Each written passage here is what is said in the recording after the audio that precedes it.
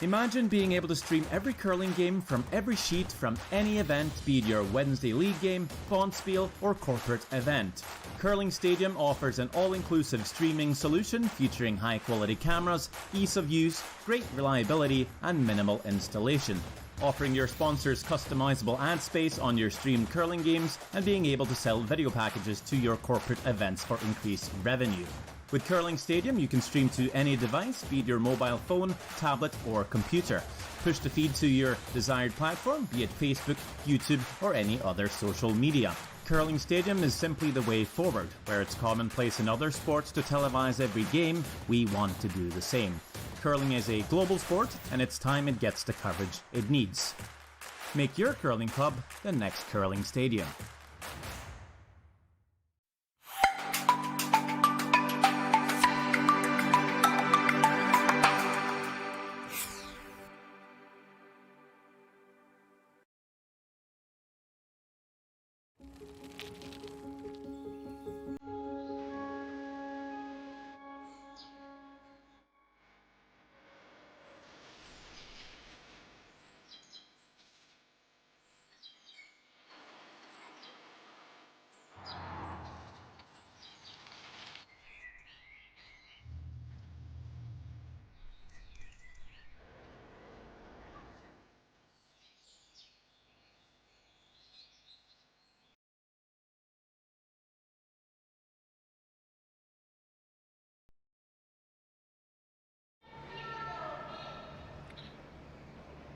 Good morning, curling fans, and welcome to the 2022 Prestige Hotels and Resorts Curling Classic presented by Curling Stadium. We're here for Draw 6 featuring women's action, and I'm here with, my name's Will Sutton, and I'm here with curling analyst Melissa Saligo. Good morning, Melissa.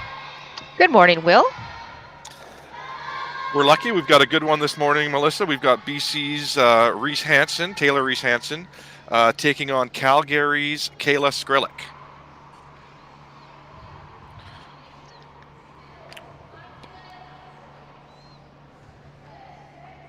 Looking forward to this one for sure. This is our first look at Team Reese-Hansen here in BC. Throwing leads rocks here for Reese-Hansen is Daleen Sivertson from Victoria, BC.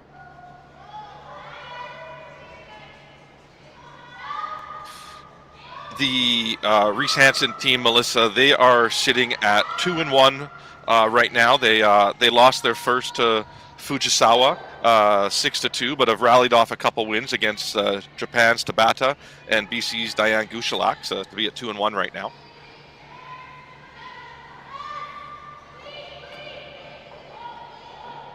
And we should say, Will, that it's Daleen Purechuk with her married name. Thank you, Melissa.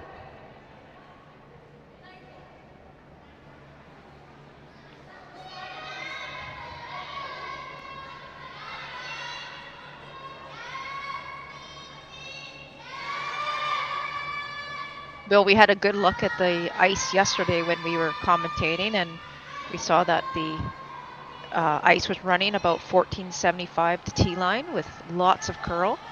So great conditions, I'm assuming, again this morning. I think so, Melissa. Yeah, Dave Merklinger and his crew are scraping between every draw, and it looks like they're producing those same conditions. So as we're seeing on this one, a good rotation and a nice weight. There's lots of curl on the ice here, so really nice conditions. And throwing that one was Ashton Skrlik.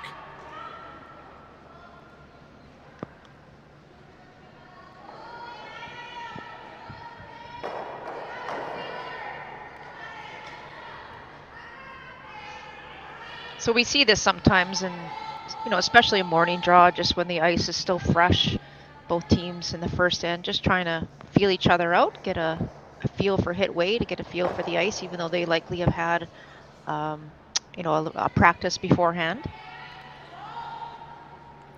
Exactly, Melissa, and chance here for Team Skrlik after a rollout there from Team Reese-Hansen to find draw weight here in the first end, and maybe just touch on that, the importance of getting dialing in these early ends to find that draw weight when the opposition does roll out.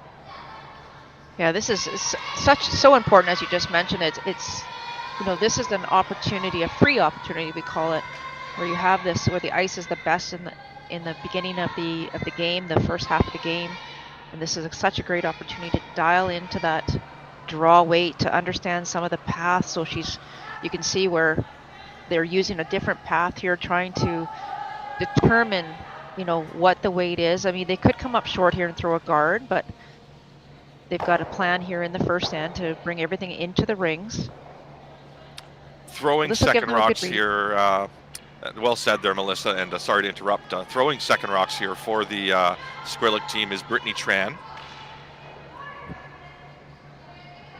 Placing the corner guard.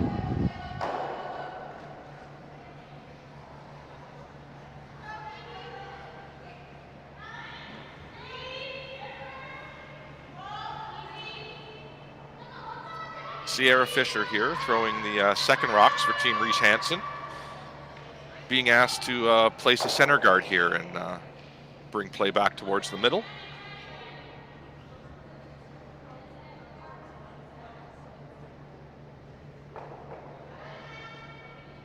After those first couple in this end, Melissa, I thought we might see an open end, but oh, just slips a little deep there. Yeah, they were hoping for that one just to stop outside the rings. The danger of that moving into the top 12 now, obviously. Team Skrlik has an opportunity to hit and roll behind the corner guard. They do have hammer here in the first end.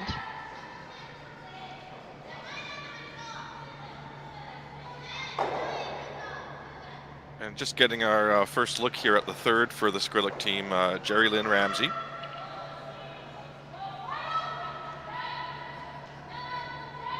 Scotty's experience. So Jerry Lynn is throwing second stone, I believe. Oh, I apologize. Sorry, yeah, throwing second stone there. Which is, I think, different than their lineup that we have. Yeah, apologies.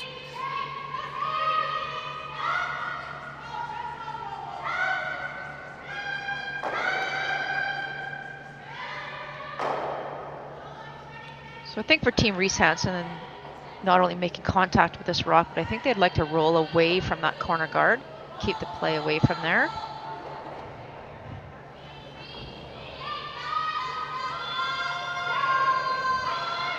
This one's really curling. It's going to go under. Wow.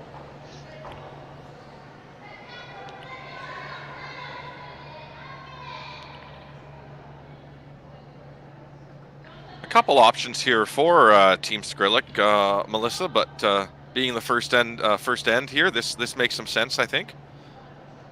Yeah, it's a good shot of the overhead there. It's just a short run. You don't really want to flirt with trying to remove that stone. You can only see probably about half of it.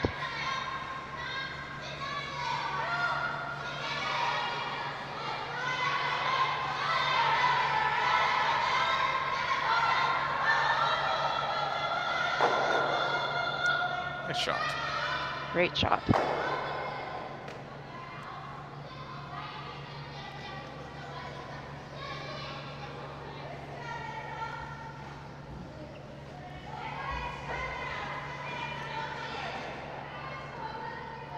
So you can see Taylor, she's indicating this one to come into the ring, so she'd be happy with just playing this end out for a blank. Again, great opportunity here now for Megan McGillivray to get some draw weight.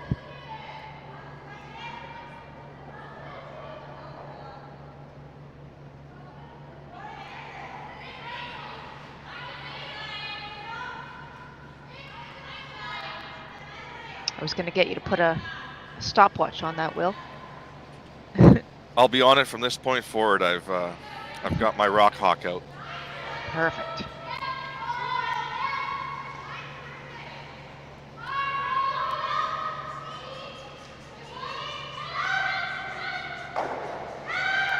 Nice sweeping there from the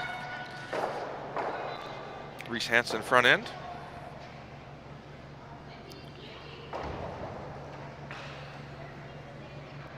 Nice to see Daleen sweeping. We know that she's been a skip for most of her career. We are now getting our first look at Brittany Tran throwing the third rocks. Yeah, and Brittany was a member of that, I think it was 2012 Canadian Junior Curling Championship, which she played with Jocelyn Peterman. And roll out there, as we were saying earlier, when that happens in these early ends, it's sort of one of those half shots, and you're giving your opposition a chance here to hone in on draw weight. So it's always nice to stick around in these early ends to not give your opposition these chances to go to school a little bit for free.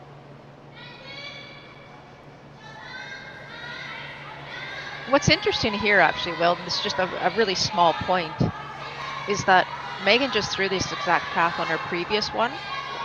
So there's two schools of thought here. You could throw the exact same shot and maybe get a read on your rocks to see what they're like, or you could have thrown the other turn to try and get a read on what the ice is doing on that side, so she's got a chance to throw a draw on the other side. So two schools of thought there. Good point. Thank you.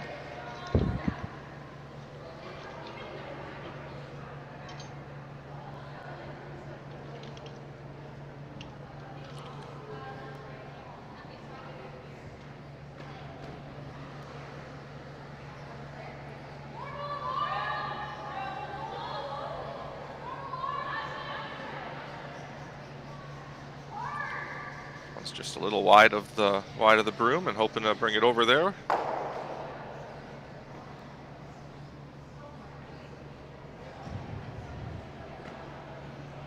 Yeah, I find this very interesting, actually, that for the third time in a row here, Taylor's taken the exact same path for the draw, and you have that opportunity to look at the other side as well. Absolutely, I would expect this one to be pretty dialed in after having seen this path now a couple of times, even though it was from another player. I think as a team here, they should probably have a pretty good idea of what this spot is doing from a line and weight perspective, as you're kind of saying, or as you are saying.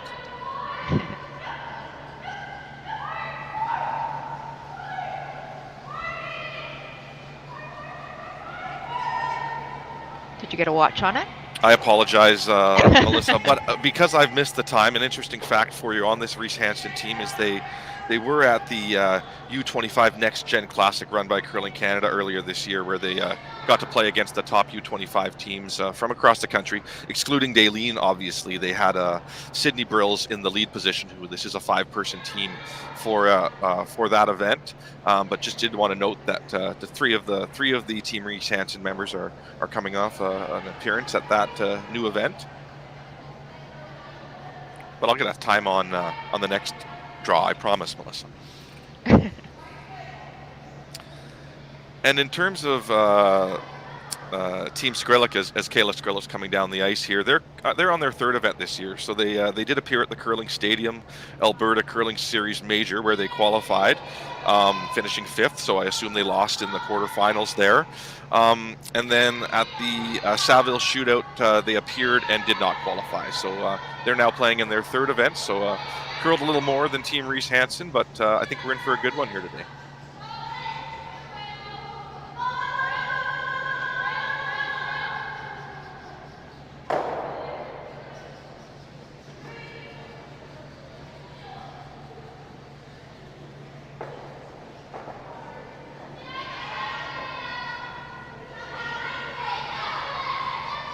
Just want to point out, Will, just from a observation point of view, is both teams have actually, other than I think the two draws, or the draw and the hit on the right hand side, there's been no rocks come down on the right hand side of the sheet as we're looking at Taylor coming down there. So every broom has been on this left hand side here as we're looking at Megan holding the broom. And one of the things we learned yesterday was after a couple of rocks down a particular runway, this ice gets very quick. So it'll be interesting to see in these next ends how the teams manage the runways that have been thrown down 3, 4, or 5 times versus those runways that are maybe experiencing their first rock.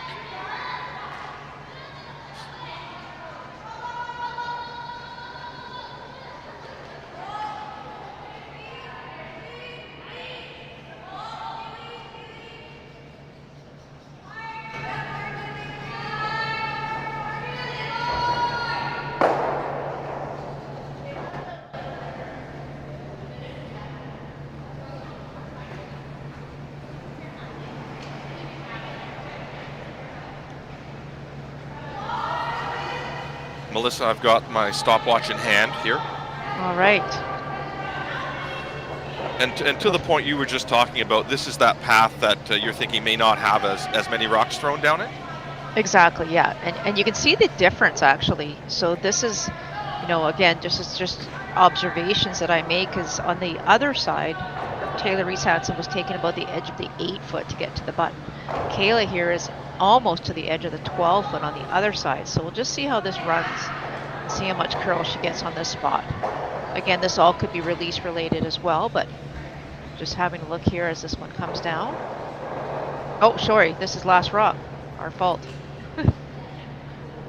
That's why she was way out there. Wonderful. And with that, we will be back in a moment. I hope you enjoyed the first end, and we'll be back in the moment after having some coffee.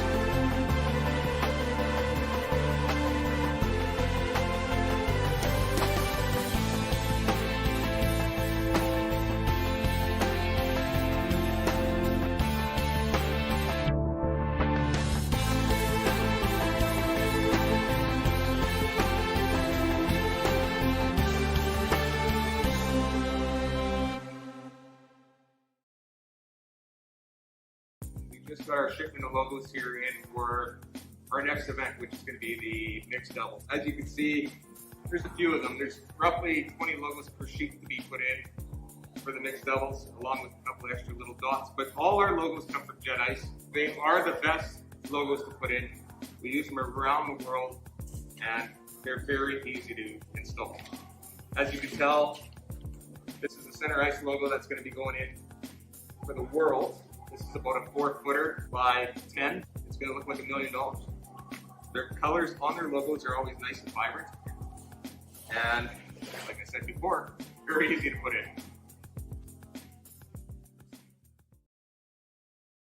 I don't have that feature.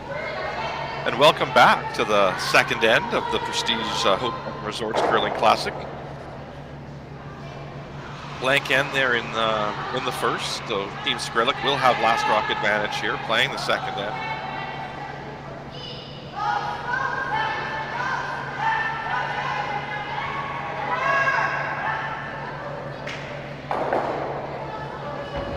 This will be Ashton's second rock of the end, so leads last for Team Skrlik. It looks like this end started by just our guess, Will, as a center guard went up by Team Reese-Hansen. Skrlik went in behind, and I believe that Reese-Hansen tried to come in. And it looks like this one's open now for Ashton. Try and hit sit 2 if she can. Very nice. Nice shot.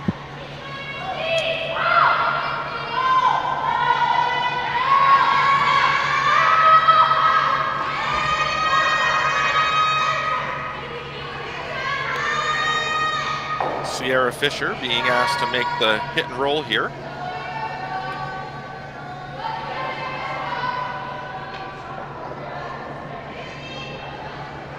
Lots of ice here. It looks like there's lots of curl in this spot, Melissa. Yeah, it must be, and she's going to throw that nice soft weight. Trying to get a big roll here.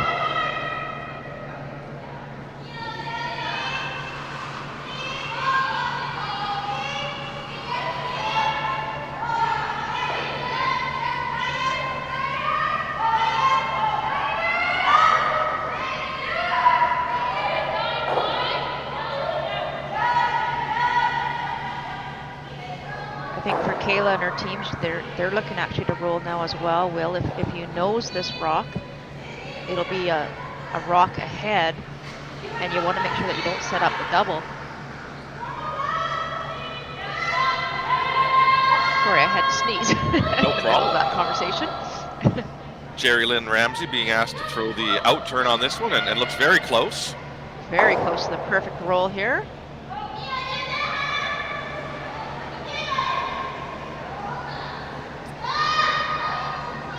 Nice roll there. Looks like it may have rolled to a spot that leaves the double, but a very nice roll nonetheless. This is a good call by Taylor Reese-Hansen. They're in a bit of trouble here without hammer, so it's important to try and run this one straight back. At least capture one of those yellow zones if she can. Yeah, this one's really over curling. Opens things up, but yeah, a big over curl there, and good point, Melissa, around being a nice call. In a bit of trouble there, and with those rocks being so high in the control zone there in the house, no real opportunity for a freeze or anything like that. And just on that point, Will, I think it's important for even the younger curlers to know, like, a lot of teams would have maybe gone for the open one and tried to roll away again, but it was so close. It was edge on edge, so if you ever hit the guard, you're looking at giving up a potential 3. What Reese-Hansen's looking at, even by just peeling that guard, those 2 yellows are set up for the double. So one double will get you out of this end to maximize your opposition of only getting 2. So you want to keep a look at that of how the end you think is going to play out.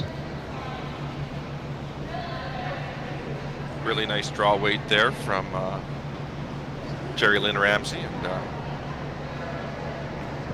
nice separation.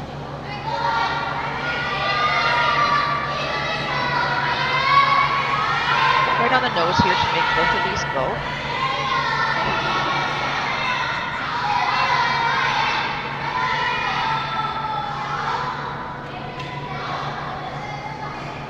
Looks like both teams are pretty dialed into the draw weight thus far.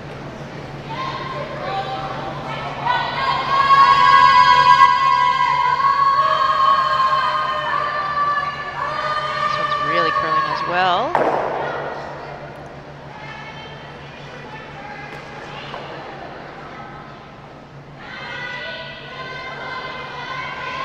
Just getting the one, and looks like the calls for a hit and roll in the house, Melissa, on this front blue here for Brittany Tran. Yeah, and that's a unfortunate result there from Megan. Not only because she missed the double, but because she actually pushed it to the other side of the rings. So those 2 rocks couldn't be more spread out. So it just makes a double, depending on where they hit and roll here for Team Skrlik, is the double will be a little bit harder now for Team Reese-Hansen to make.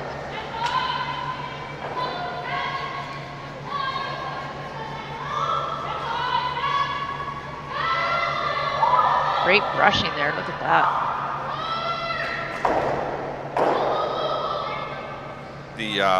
The amount of curl we're seeing on these control weight hits, Melissa, really speaks to the quality of these ice conditions, I think, and really testing the players on their ability to release it nice and straight. Yeah, great point, Will. And when the ice is running so great, like in terms of speed, and curl. You don't want to overthrow these rocks, but you also have to make sure that you throw it right at the broom. You know, that little, solid to the outside of the broom almost, so that you're not, if you're ever tight, you're in big trouble. This looks close. What a shot by Megan. Wonderful That shot. cleans things up. That was needed by Team Reese-Hansen. What a terrific shot by Megan McGilvery.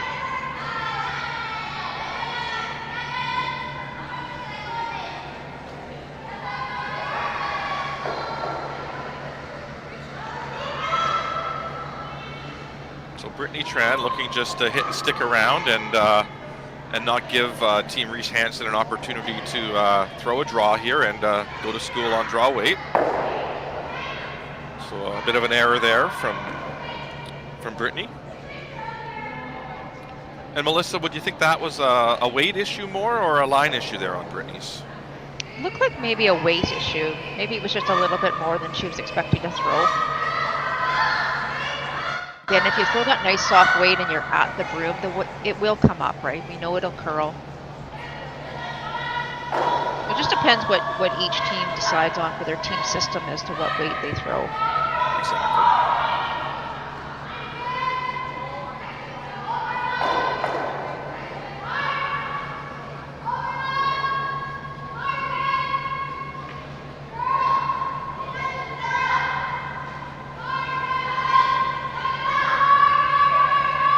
So this is a great opportunity, a freebie here for Taylor to try and get her draw weight down.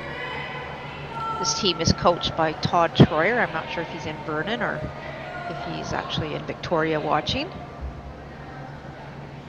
So that was 13:45, Melissa. So that would cue to through the rings, or at least back 8, back 12, I think.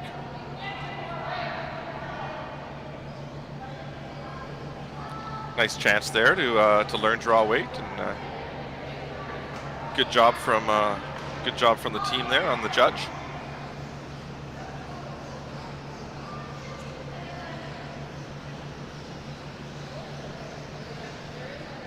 If you look at where Kayla has her broom wheel, it's right on the edge of the rock, so I'm going to guess that she's going to throw a little bit more hit weight than what we would expect. And maybe this is just their preference, again, throwing a little bit more weight. We've been seeing a lot of the hits with about 3-4 inches of ice. This one's right on the edge here. For sure, and the only comment I would make on this is, generally speaking,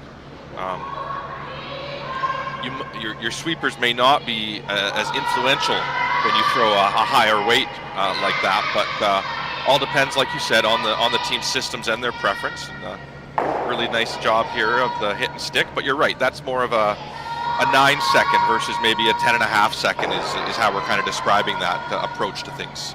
Exactly. You can see the difference here where Taylor's putting her broom, right? She's got about 4 or 5 inches of ice here for a hit.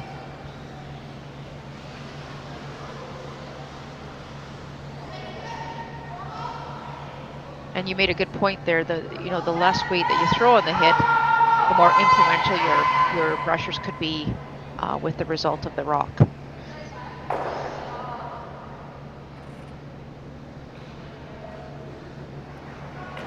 So the former BC Junior champion in her second year of ladies play here.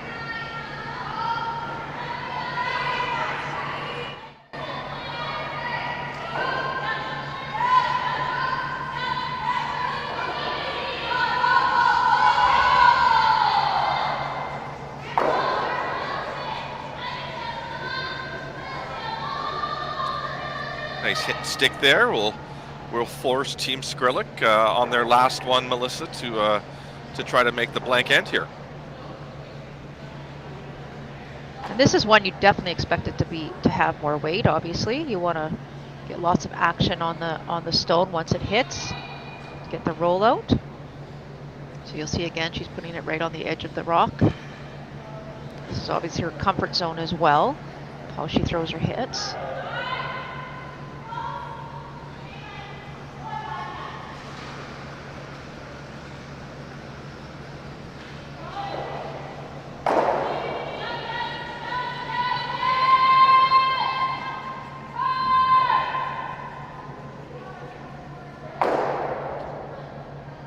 And makes no mistake on the blank attempt. So after 2 ends of play, Team Skrlik retains the hammer in a 0-0 game, and we'll be back with action live from Vernon after the break.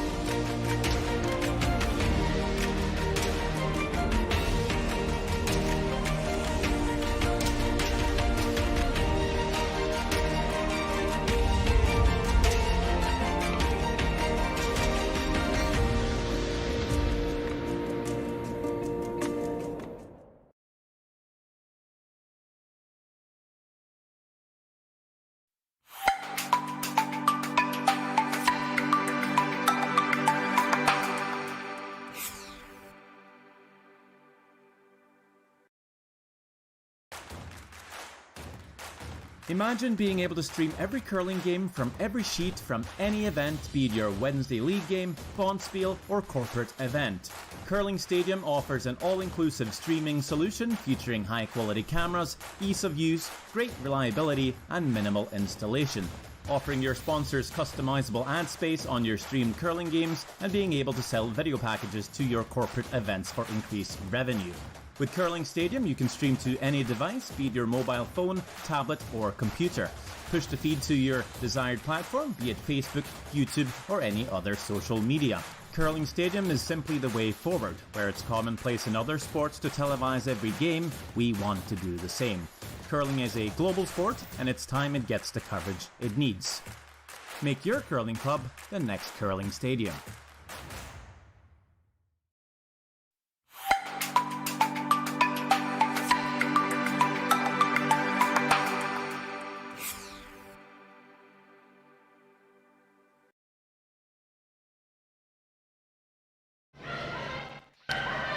Welcome back to the third end of draw 6 here of Team Skrlik versus Reese-Hansen.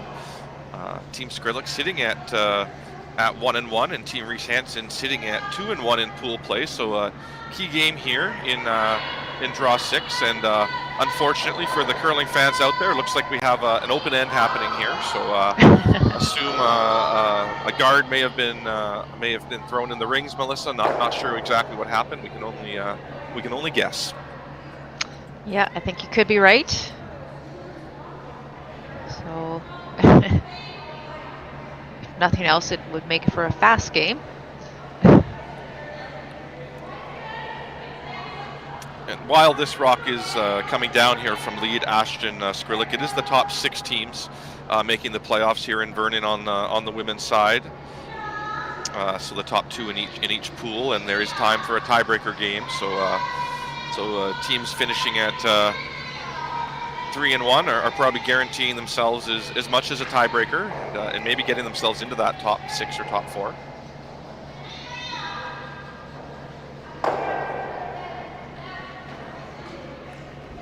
And with the rollout here, Melissa, we might see a little bit of decision from Reese-Hansen on whether she goes in or throws the guard. I'm hoping she's going to throw the guard. There's the call. Excellent.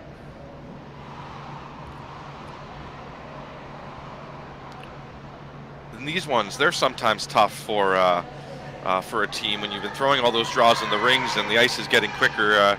Ensuring this one is in that free guard zone can be a challenge. So Sierra Fisher will do her best to put this one in the 3 zone. And I'm not sure that that's going to stop there. Yeah, this one's going to come right in.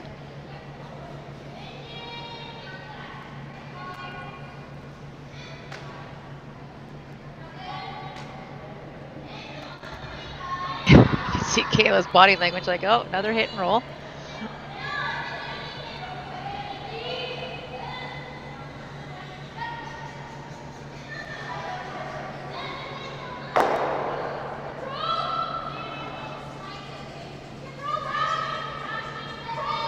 Just having a quick peek next door there as we see Sheila Cowan playing Corinne Brown. Looks like it's 2-0 for Brown.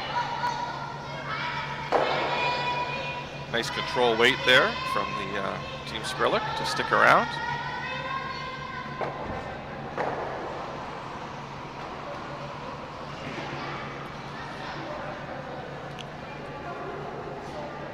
I think this is a good example here, Melissa, maybe of two teams who have a different approach on the turns they throw for these hits here out on the wings. Team Reese-Hansen tends to like the center line out turn I've been observing in this game versus Team Skrlik maybe throwing that outside in turn. Yeah, that's a good point, Will. And again, that does come down to team preference and how you've been practicing or how you feel more comfortable. We'll see teams that are on the outside in, they may take a little less ice just because it tends to run a little straighter maybe for a while and then makes its break.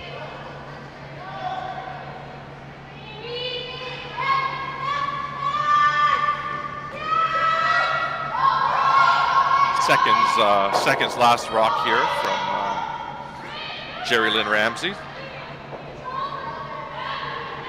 They've thrown this one a number of times here, so you'll see no mistake made likely for the next few.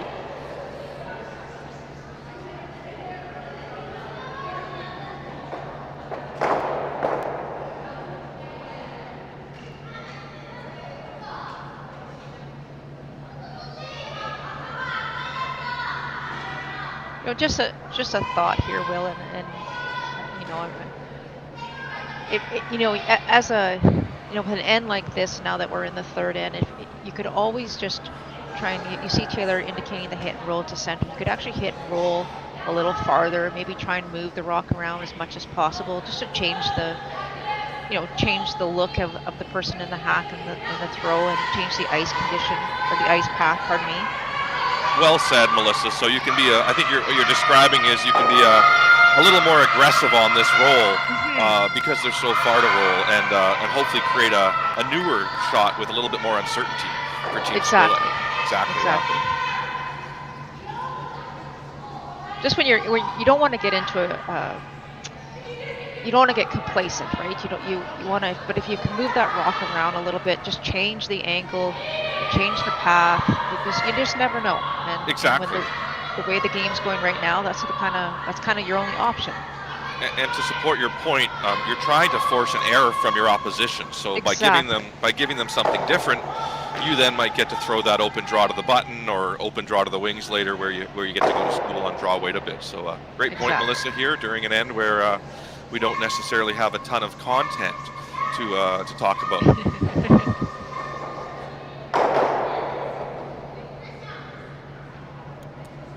Really compliments, though, to both teams on their ability to hit and stick around this end and not give their opposition that chance to throw a draw.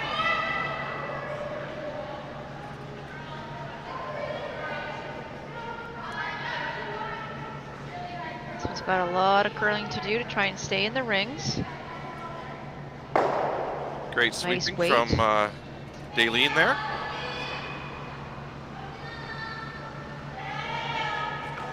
That's exactly what we were just talking about, Will, is just moving that rock around and making your opposition take a new path. Exactly.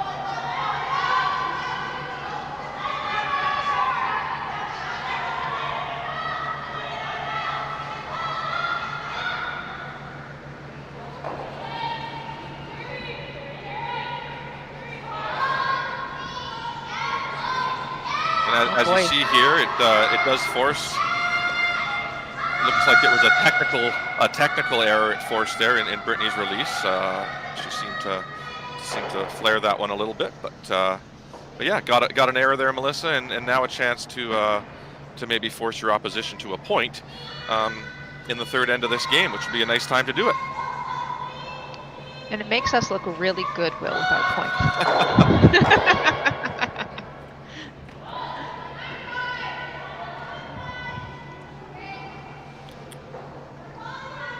So it looks like, based on this ice, Taylor is looking to go to just the top 8 foot, Melissa, maybe, and I think that's to make to make the double as difficult as possible? Is that sort of rather than going behind the tee line where Team Skrlik may be tempted to throw a freeze or something? Is that what we're looking at here? Exactly. So with the remaining skip stones here, it's Reese-Hansen would love to force their opposition to have to take one and get that hammer, all important hammer back in the fourth. So by being in top 8, top 12, spreading your rocks apart, but being high, it almost makes the double impossible without losing your shooter. You can make the double, but you'd have to lose your shooter, and then you'd be a blank. So it depends on whether Skrlik would like to take that on or not. But if you come too deep here, then it makes the double easier, which I'm not sure why they were sweeping this. To be honest, this one's going to go deep. It's just going to make life a little bit easier for Kayla. I would have left that really, really high, and I think that was the call, was to leave it high. And this one looks like Kayla is playing making a run at the double, Melissa. Maybe just talk about the options here. So there's definitely two options. You can play this double for sure and try and get the blank back on board. You could also, with those two stones being behind the tee line, you could actually corner freeze to this higher stone and make it more difficult. And if you ever get a miss out of Taylor on her last rock, you get your deuce. So, I get why she's playing the double. These rocks are pretty lined up for the double. It looks like a fairly straightforward double. But you could also take a chance here if you want, kind of a safe chance, but you're also giving up the risk of maybe only taking one. This has got a lot of curling to do, though. Wow. And totally, Melissa, to your point there, to the point that you were talking there, also to the weight selection there could also maybe have been a little bit less, so that if you don't make the double, maybe you make a hit and roll or approach like that. So at the end of the day there, it looked like it was a technical issue more than anything, just a little bit line of delivery issue there, and then flared it back out to the broom. We have some nice views here on the screens that I'm sure you viewers are watching at home as well. But yeah, definitely a few options there in terms of maybe being able to play a draw or a softer weight double, or playing the double the way she did. But at the end of the day, just a bit of a technical issue. Yeah, I like that point, Will. If she throws a little bit less weight, I mean, we've already made the comment that Skrlik hasn't been playing that inside-out hits. They've always been playing the outside-in, so she changed that, number one, for that shot. And if she could just drop the weight a little bit, even if she got the hit and roll right in front of that stone, there's still the possibility of the two on the board. So with that rollout now, it's a good chance for Reese-Hansen to put this one at the top 8. Again, try to keep these rocks as far apart as possible and try and force Skrlik to have to take a single here or play a difficult double. Again, this one coming in just a little bit too far. Not too bad.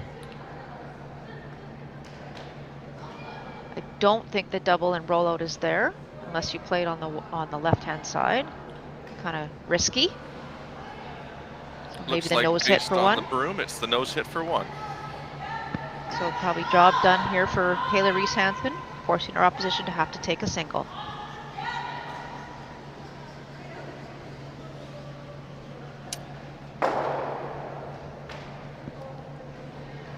Really nice end for that Reese-Hansen team, other than maybe coming deep on a couple of feet deep on two draws there for Taylor.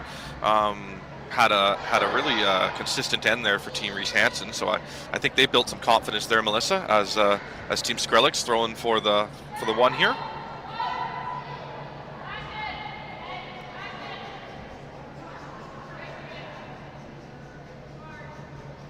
And this one has to curl a lot. Will, there it is. It's coming up. Nice shot. Nice sweeping from Ashton there to help her sister make the nose hit for one and take a 1-0 lead here after 3 ends of play. We'll be back with the 4th end in just a moment. Reese-Hansen will have the hammer.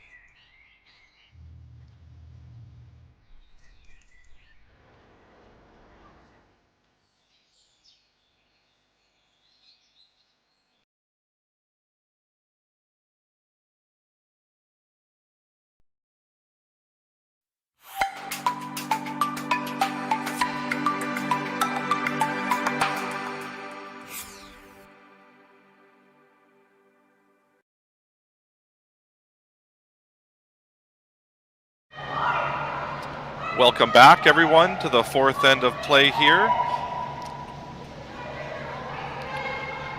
As you can see, the center guard was misthrown a little bit, so it's in the free guard zone, but not quite on the center line, Melissa. So Team Reese-Hansen is electing to just go around this to start off this fourth end of play.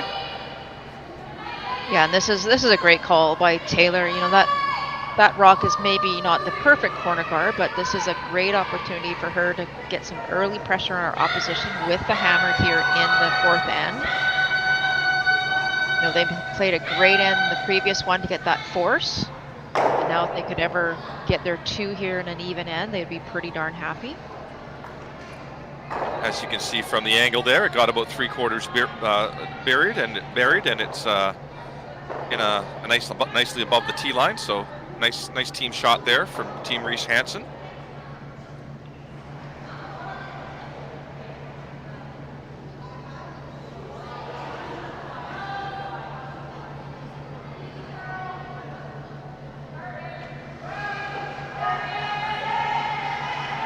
Skrlik looking to make the soft weight hit and roll here, Melissa. Yeah, you can only see about an inch of that rock, but this is looking really good if they can get it by the guard. Oh, so close. That just goes to show the amount of curl on this ice.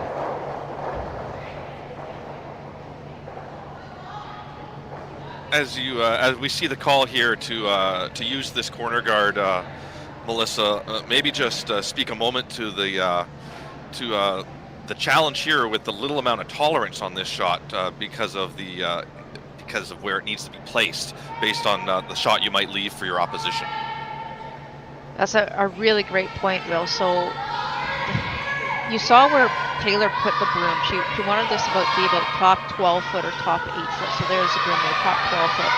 The thing about that, if you only put it top 12, it gives your opposition the opportunity to hit and roll in behind. And if this rock thrown by Dealing is perfectly buried, and they get a perfect hit and roll, Skrlik team, then what, right? And so I'm not sure that there's really any good place to put the stone in behind that guard. Exactly, and as you can see, they were just a little bit heavy, and it goes to a place that really groups those rocks. Other options there might have been to either go to the other side, the open side, the left-hand side of the sheet on the overhead there, or maybe even to guard your rock that was just in the top 4 foot there because it's so early in the end. But not saying it was the wrong call, but just thought it was important we speak to how little tolerance there was on the call they made there to put it in the right spot. Yeah, I would agree, Will. I mean, the other option, I guess, was to go behind the tee line and not make that the shot rock. So, unfortunately, with the way where that rock ended up, what a terrific shot there by Jerry Lynn Ramsey to get rid of both of those stones. Really nice upweight ability there, and Taylor here, I think showing some wisdom here. She's got last rock advantage, and there's a corner guard up, Melissa, so she's making use of it here. Yeah, this is a great call by Taylor for sure. Just ignoring that yellow stone. It's only biting top 8. She's got a perfect corner guard here, and she's going all out here for her coup. She wants to get coup here in this end by calling this shot. For maybe the curlers watching at home that think maybe the hit and roll might be another option. Why is this the better option than the hit and roll? I think the hit and roll is a more precise shot, and it's technically a higher degree of difficulty shot, right? You have to hit the stone and rotate perfect position. With the draw, you have more room for tolerance. You could be top 12, you could be top 8. It doesn't have to even be shot rock. But unfortunately there you see that one just coming up a bit light. So a little slight advantage now goes back to Kayla Skrlik and her team. An interesting call here from Skrlik on seconds last rocks, really trying to bring play back towards the middle and asking for a center guard here. There would be some other options, maybe Melissa, to sit to and to split the rings. Yeah, I think she could actually go in behind those guards at a half bury behind that blue rock, and that would pretty much set up the force for Reese-Hansen. by coming in here, or sorry, by throwing a center guard, it does give Taylor the option now to come around her corner guards again, come around the center guard, or even now play the hit and roll because there's lots more room to roll behind. So a couple different options here for sure for Taylor. I really like the call in terms of its commitment to, without hammer, to bring play back towards the middle. You see Taylor might leave the rock there, so that's a good thing for Team Skrlik, but I'm not sure it's the best option in that it does give Team Reese-Hansen some opportunities to, like you say, make a hit and roll now and kind of relieve some pressure they were feeling. And you can see Taylor's not 100% sure on this call simply because that rock at Skrlik came so tight to the ring. So it does give Kayla an opportunity to use that rock if she needs to on her next one or throughout this end. But Taylor seems very committed to trying to get her deuce here, so she's ignoring both of those yellow stones and throwing the come around. For Sierra, though, this one has to be made to try and put pressure back on your opposition. It looks like it's going to be a little light yet again.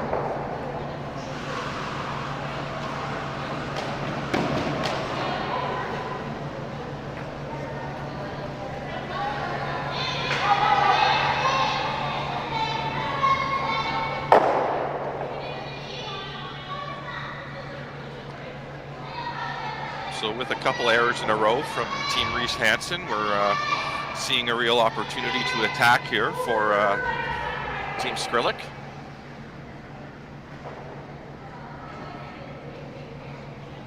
Depending where this rock ends up, we may be having a conversation here in about a minute about the drag effect. So we'll see how well this shot is made.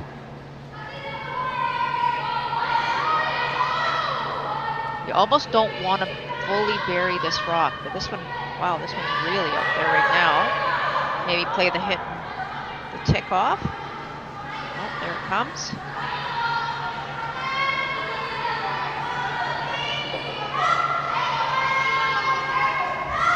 We saw the sweepers there, Melissa, sweeping that one fairly early and then being called off. I think it's maybe just a chance to talk about it. Sometimes it's nice to be able to watch those rocks when they're right out of the hand there, and not affect too much in that first third of the shot. Yeah, such a great point. You know, that first third of the shot is so important. If you jump on the rock right away, it really affects the path that rock's going to take. So it's should be more of a hard clean that first little bit, and then judge it halfway down and make your call as a sweeper as to what needs to be done. So definitely a couple of options here for Taylor and her team. She can play the hit and roll as she just indicated. She can play the tap back as she's just indicated. She could run that blue and yellow center. I think if you hit that one just high side, you could double those two yellows off. This is a very aggressive call. This will tighten up the scoring area very much here on third stone.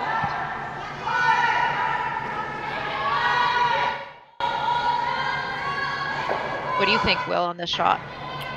I agree with you. It's got a little bit higher degree of difficulty and has an opportunity to score, but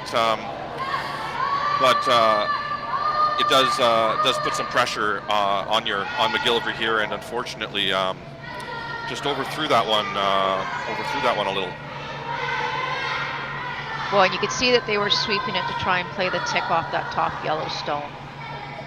And so unfortunately with the amount of curl, it just went right past it and went right through these two yellows. So a bit of a mistake there by Team Reese-Hansen. So great opportunity here now for Kayla Skrlik and her team to really put a ton of pressure on the Reese-Hansen squad. You heard the team members down at the other end there ask where we're going. They just weren't certain. So really effective communication on this Skrlik team in terms of making sure the sweepers and the thrower know exactly where they want it on this key shot in the fourth end, Melissa. And I think Brittany's actually thinking about this shot. You know, Will, they're calling a I guess, kind of a guard to kind of cover off both of those rocks. But in reality, would you ever not play the exact same shot you played on your previous one and come right in on top of that yellow stone that was just thrown and put tons of pressure on Team Reese-Hansen? Like, what are they going to do if you put another one on the button? Absolutely. This eliminates Reese-Hansen's ability to throw that shot they just threw. But like as you point out, what does it leave? And Right. it may have actually just left the same shot with that outturn if they like through the hole. I agree that the outturns there, the run of the the two center guard ones is there. The nice thing about the run you talk about there and the drag effect is it would leave that rock in the top 8 foot, yellow rock in the top 8 foot shot stone, but at least it opens up your scoring area, your path to the 4 foot, Melissa. Agree. Yeah, and I think that's what you need to look at if you're Taylor right now is, right now you have no opportunity to score. So how can you score here? What's your best option to throw a stone to try and score? Now there is a chance if they run these two, this blue and yellow onto the yellow on the button, it may jam on the blue stone at the back 12, but that's okay. Again, it's all about opening up your scoring area right now with only 3 rocks to go. Exactly, and needless to say, you've kind of accepted the blanks out of the question here more than Exactly. Unless something crazy happens, I would agree. The key is you're going to leave both of your blue stones in front of the rings as well, right? Those are going to be both your stones now that you'll be able to use on the next shot. The key here is to hit it on the other side. This one's over curling. And oh boy, that's not a good result at all. Yikes. So because those rocks are overlapped and not usable, Melissa, it looks like there's a couple of options for Team Skrlik. They can throw a protecting shot, or they can throw a draw shot. What are your thoughts here? Well, you want to look at what your opposition has right now, and really what your opposition has is they don't have a lot, right? They have maybe that long run on the blue stone on the left-hand side. They maybe have a double on your 2 yellows on the right-hand side. Those 2 blues, as you just mentioned, Will, in the center are really nothing. So you can't protect everything, so it's about maybe trying to put some more pressure on your opposition. I don't think you want to bring another one into the rings at this point, so it looks like Kayla's thinking about maybe trying to protect that port so that Taylor can't get in there. I'm not sure there's much of a port there the way the ice curls. But there's really no... Yeah, sorry, go ahead. No, I agree with what you said there, Melissa. The guard here is probably the easiest shot to force the hardest shot out of your opposition. And Right. I think the shot Taylor will have is the double on the 2 yellows there. And as you can see with this angle, she only sees about half of that yellow in the 12 foot. So it'll be a really difficult shot. The only thing I might say is that you could come in and sit 3 here, so that if Taylor makes that double, you're scoring 1. Whereas if Taylor is able to make that double on her next, Reese-Hansen will end up scoring 1. So the only advantage to coming in and sitting 3 here is that if that double is made, it would be a steal point for Skrlik and not a force to 1. But I do see this call too as an option to block the path, but it looks like it's a little wide at this point.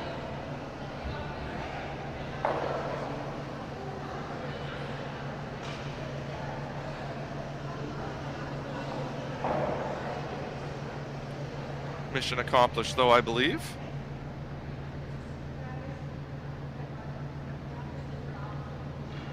Yeah, I think so. So the options here, Melissa, it looks like are the angle raise of the blue rock there in the corner guard position for 1, or the slash double for 1. So this is Taylor's first rock, Will, so I think what she's Thank you, deciding Melissa, for here, the correction. I apologize. I thought No this was Taylor's last. Yeah, this is our first one, so she's looking at perhaps hitting that Yellowstone just thrown by Kayla. If she could hit half of it, maybe she could get lucky and drive that blue one onto the yellow that's on the side 12 foot and open it up. And I think this is actually a really good call if you think about it. If she could ever open it up, then not only does she give herself an opportunity to run that other blue one back on her last shot, but also if Kayla doesn't put a perfect guard on, then there may be an opportunity to score a multiple point end, depending on what happens here. But I like this call. I think it's important, being that it's her first rock. Perfect. So Team Reese-Hansen looking to open things up with a double peel here.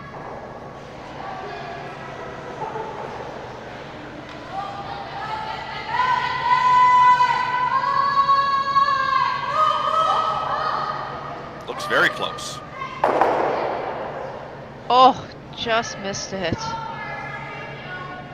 And unfortunately, oh boy.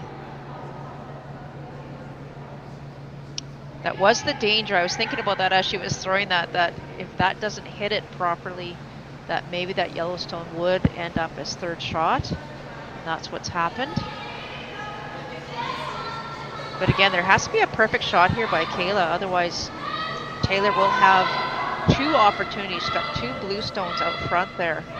So I think Kayla realizing that, I think the call was maybe to come in here, Will, top 12?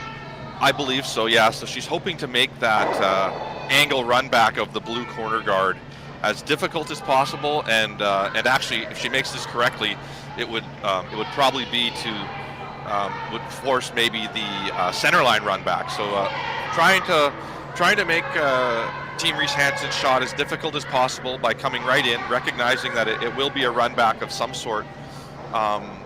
Taylor's likely having to throw with her last, facing 3 or 4.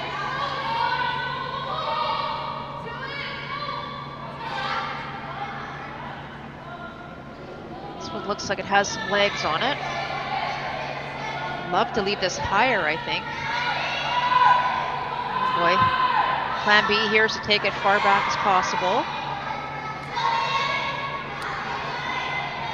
And we haven't used the word tolerance at all today, Melissa, but maybe this is just that opportunity to touch on how that shot, there was so many other places you could have been in front of the tee line that were acceptable as opposed to behind the tee line.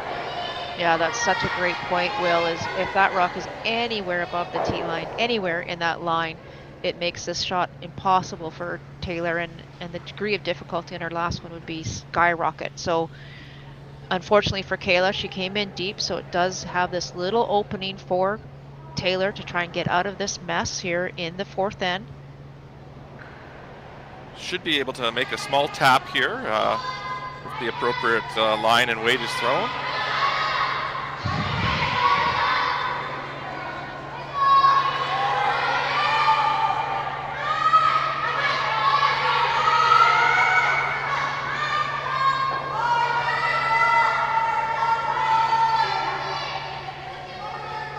Uh-oh. Oh, wait, would have been perfect, I think. It just didn't curl. And unfortunately for Team Reese-Hansen, that'll be a score of 4 in the 4th end for Team Skrlik to take a 5-0 lead playing the 5th end. We'll be back in a moment with Reese-Hansen having the hammer, playing 5.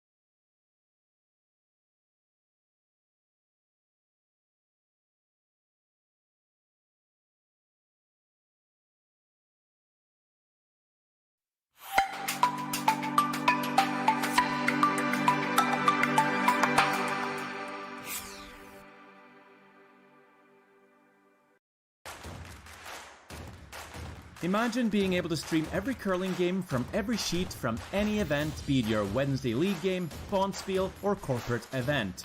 Curling Stadium offers an all-inclusive streaming solution featuring high-quality cameras, ease of use, great reliability, and minimal installation. Offering your sponsors customizable ad space on your streamed curling games and being able to sell video packages to your corporate events for increased revenue. With Curling Stadium, you can stream to any device, be it your mobile phone, tablet, or computer. Push the feed to your desired platform, be it Facebook, YouTube, or any other social media. Curling Stadium is simply the way forward. Where it's commonplace in other sports to televise every game, we want to do the same. Curling is a global sport, and it's time it gets the coverage it needs. Make your curling club the next Curling Stadium.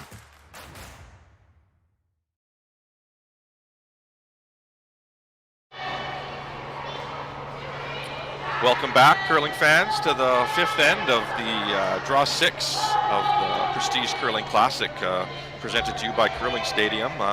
It's 5-0 for Team Skrlik after a steal of 4 in the fourth end due to a missed draw / pap by Taylor Reese-Hansen there in the fourth end of the game. Melissa, we were talking there in the break. It looked like she had iced herself for the draw there, but there was an opportunity to make a small little tap for 1 point there in the fourth end that unfortunately just was missed there by Taylor. Yeah, and I think Taylor was playing the tap, but we saw her, I mean, obviously to score she would have had to move that back about a foot, but she iced herself from what we could tell for the draw, and with that back 8, back 12 weight, it just hung out that enough to rub off the guard and unfortunately miss it altogether. But you could see that it's almost like one of those in-betweener shots for Taylor. If you want to throw the draw, if she throws a straight draw on that, the max she could give up probably is 1, because she would come up to the face of that stone. So maybe she was just thinking, 2 shots at one time here and just maybe didn't think that through completely. So it was a bad break, an unfortunate shot, and gives up that huge steal of 4. Absolutely, and in a game that had been pretty close, and momentum, it almost felt like it was going Reese-Hansen's way. Blew it a little bit open here, and but hats off to Ashton Skrlik there, who made a wonderful tick shot there, raising the Reese-Hansen corner guard into the rings, and advantage there is she'll be able to play a takeout on her next shot here. So hats off to Team Skrlik on their scoreboard management in terms of the shots they're calling, and then their execution. Yeah, that was an excellent call, excellent shot for sure. That's a shot we see a lot in the mixed doubles when the power play is on, right? You see that angle into the rings to get that guard off. So that was a great shot. Good call here by Taylor, obviously, to throw the corner guard on it. But as you say, Will, there is the chance now that it can be removed if you can hit the one in the rings.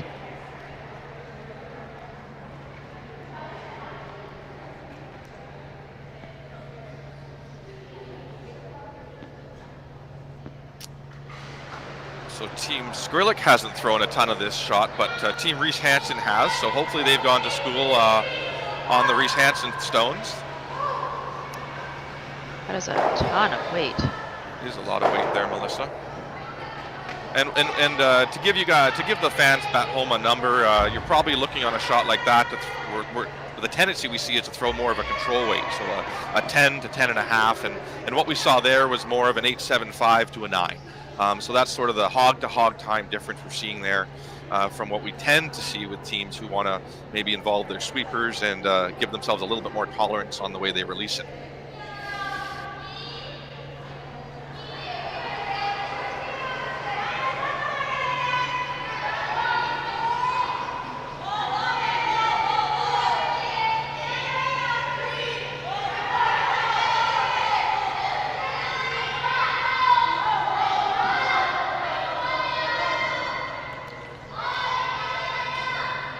So it's interesting placement here, Melissa, for this shot. We saw Taylor positioning to have that rock be about a foot higher.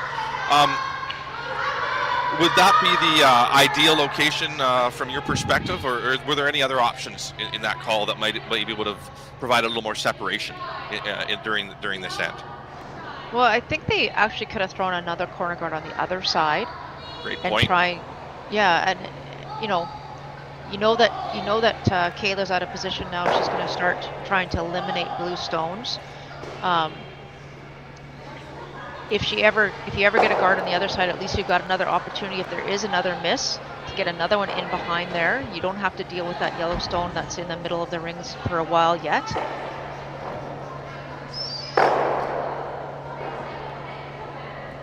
Nice shot there. Yeah, gets rid of one of the blue stones. It does, however, push the Reese-Hansen stone right in behind the guard. Again, you're grouping stones here for Taylor. You're drawing another one in behind that same side. You're going to expect Kayla to probably to peel that blue guard on her next one. So again, you could put another corner guard on the other side. You want to at least get 2 back here. I mean, 3 would be lovely, but try and get back in this game by at least getting a deuce.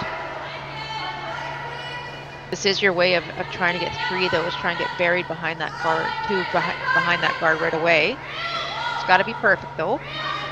Sierra Fisher looking to draw this one behind the rock in the top 12 foot and basically put all these 3 blues in a perfectly straight line. What a great shot by Sierra there. Nice brush, nice job.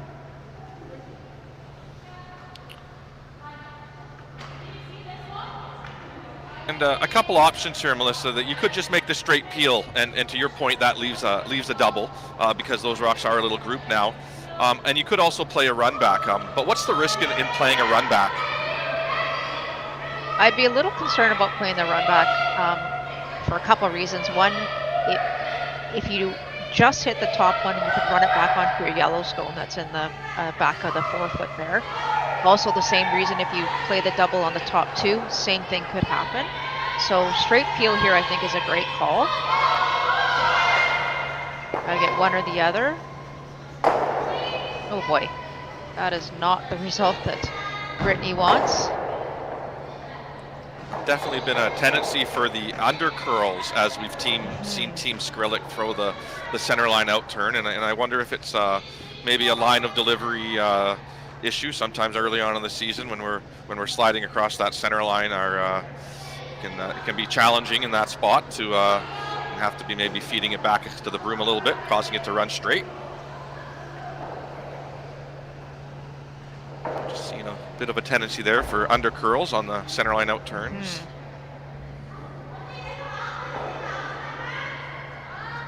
Megan just being asked, Melissa, to put the corner guard up here and keep this 3 under going. Yeah, and you want this one high. You don't want this one too close to the rings. You don't. Oh no, I'm sorry, she called it in. I thought for sure she'd call a guard here. Especially after Wow. knowing some of the upweight ability here, I do think this is a call that really groups your rocks and. Yeah, I think that's a bit of a mistake of a call as well, Will. That rock needed to be a guard. You need to force your opposition to throw another peel. To that point, Melissa, if you had thrown a guard there, you might have even persuaded your opposition, if they weren't managing the scoreboard very well, to throw a freeze or something, trying to get themselves out of the end. But yeah, there was a real opportunity there maybe to force some decision making on Team Skrlik, who now are making an interesting call. They maybe could make an option to play a double, but are now just looking to play a hit and roll with normal weight. So my comment here, Melissa, would just be not a ton of tolerance on this hit and roll when you're throwing a weight like normal. I totally agree, Will, and I think you have an opportunity to play a double here, but as you say, we talked about tolerance a little earlier. And once again, Team Skrlik is on it early, trying to make it curl. And unfortunately for them, getting a half shot there. So again, back for Reese-Hansen though. Looking here is how can you make the double as difficult as possible right now? And Melissa, to your point, it's all about grouping here, right, or not grouping. Exactly. I don't know why you wouldn't throw a guard here and I think she's worried if she throws the guard that they're going to come around.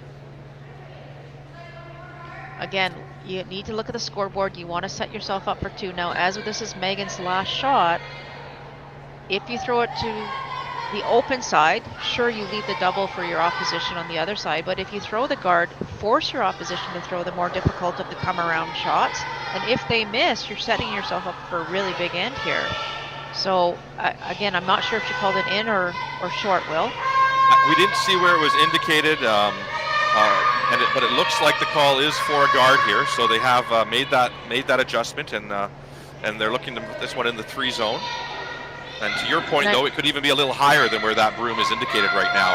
It could, and to but make I do it the like shot the fact as that difficult she's as possible. Yeah, but I do like the fact that she's off center a little bit, off that rock a bit. So you know that this was going to happen. So if that was another 2 inches towards the center line, it makes it a little bit more difficult for Kayla here. But Kayla has no option now but to draw. And Melissa, maybe just to give you an opportunity to talk about scoreboard management here. If the score had been 3-0, would drawing to the open side maybe have been more appropriate for Reese-Hansen? Absolutely. Absolutely. Exactly. She's trying to get 3 here, right? She's trying to get 3 back right away. And if the score was closer, to get 2 would have been absolutely acceptable, if I could think of the word. So, you know, that's why they kept the play to the one side, trying to build an end over here. But this is a big shot for Kayla, right? If she ever misses the shot, then Taylor's in a really good position now to get her 3. This looks really close. Got some curling to do. Depends on the weight. Oh, it's a little heavy. So there you go. There's your miss by your opposition. Interesting to see if it's 2 or sitting 1 at this point. Doesn't really change the call here, Melissa, but it's just interesting to know. What would you say there, Sligo? Boy, I think it's, from this perspective, I think it's yellow. Interesting. From my vantage point in Burnaby, it looks like blue. We're different here on the island. Okay.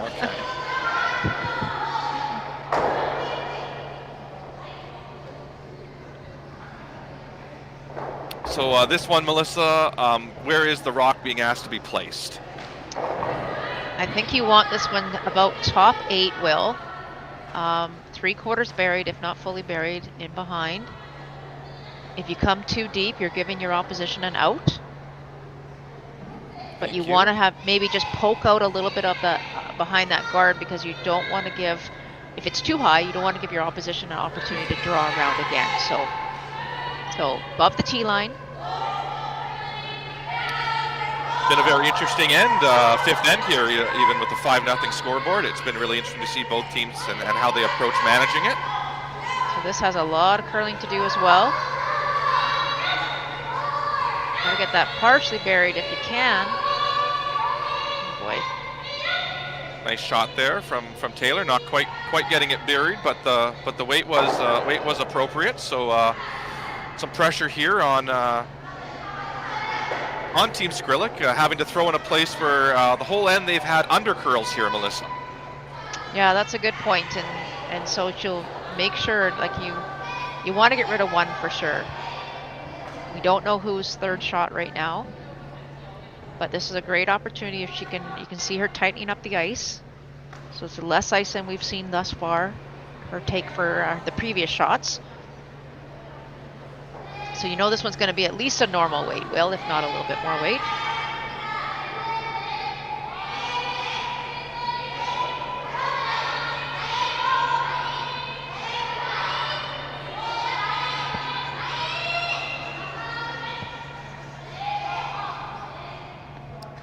Kayla Skrlik from Calgary, looking to make the double here.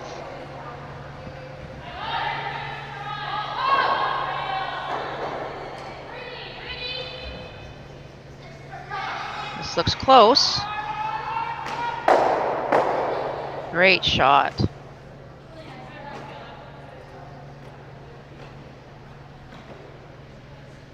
And the question will be for Team Reese-Hansen here, Melissa, is whether the nose hit will get you the 2, or if you will have to try to make the double there.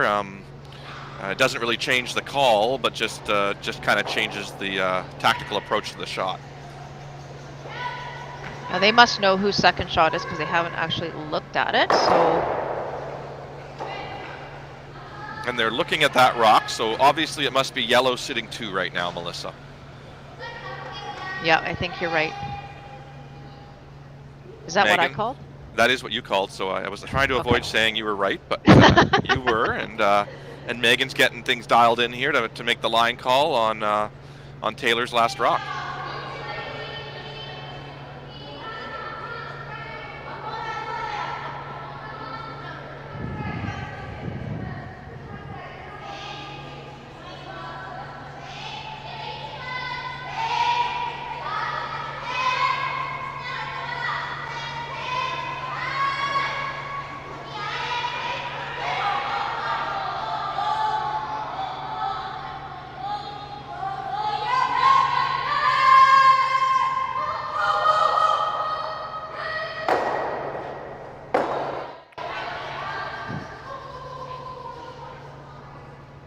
Oh boy. Wonderful attempt from Taylor Reese-Hansen.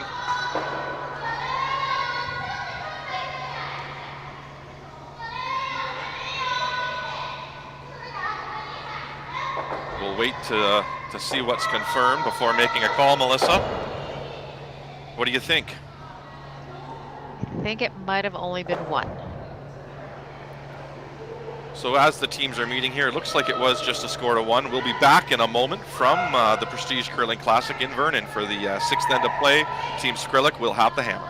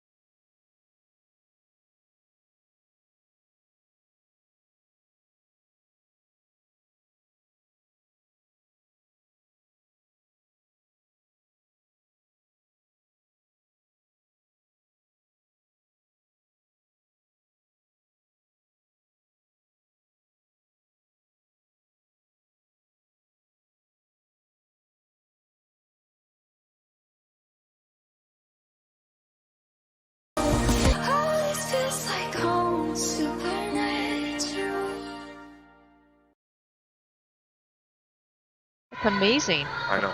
And welcome back, everyone, to the 6th end of play here at the Prestige Curling Classic. Team Reese-Hansen was forced to 1 point there after jamming on the double. So nicely putting up the center guard there, and Team Skrlik there just being a little heavy with the draw to the forefoot, Melissa.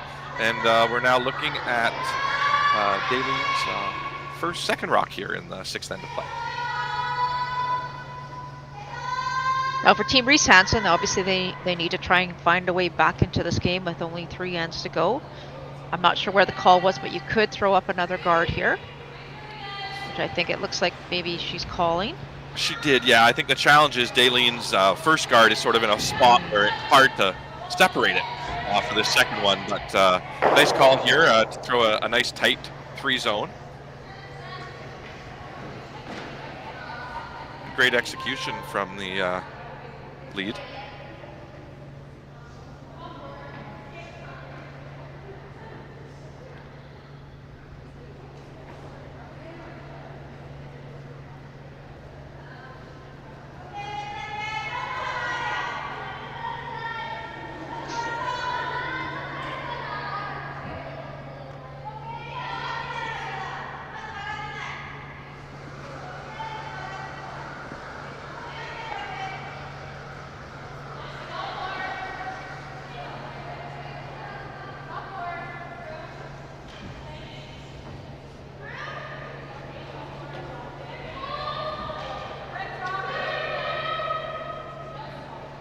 A nice job here, it looks like, from Ashton after being a little heavy on her first.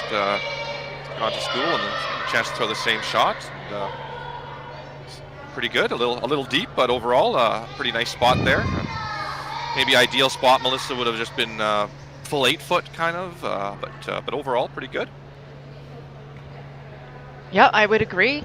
It's pretty much right on the button. So a freeze opportunity here now for Team Reese-Hansen.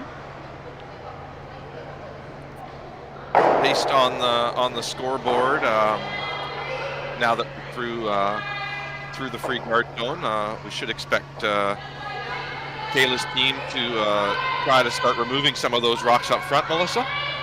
I would expect, yes. Trying to drag this one into the rings if they can. Good brushing. Pretty nice shot there, right, Melissa?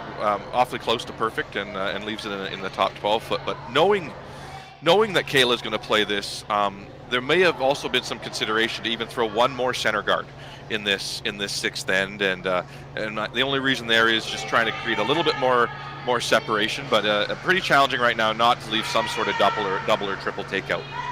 Yeah, that's a really good point, Will. And you know, I thought about that too. Is if you throw one, but you really have to throw one just over the hog line, and that makes, you know, that's a pretty tough shot.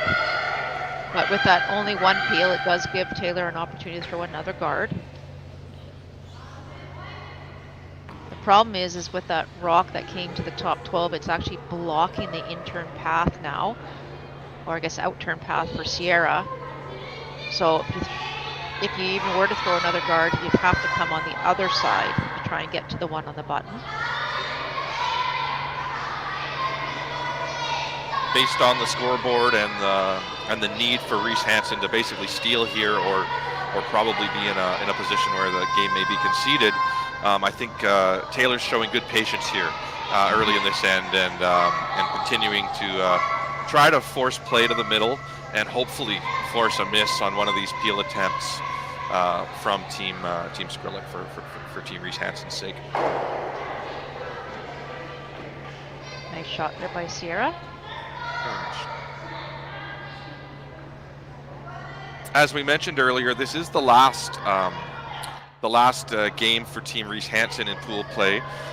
So this will put them to a 2-2 finish in pool play in the event, and Team Skrlik will play one more game. Their next matchup will be against Team Tabata from Japan. So depending on what happens here in this game, it'll be a key game there for Team Skrlik this afternoon, 5 p.m. Pacific time.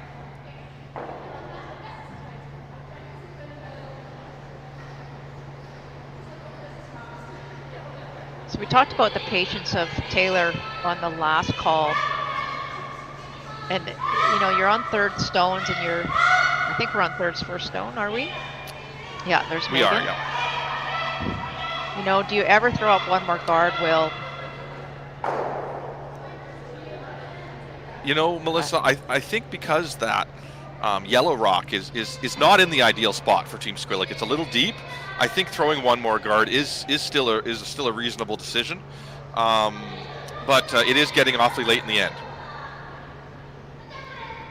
Well, you have 4 rocks left, right? You know that if you bring this one to the rings, there's a pretty much a straightforward double on those 2 blue stones that are just outside the rings there. I would be tempted maybe to throw one more guard, but I get it.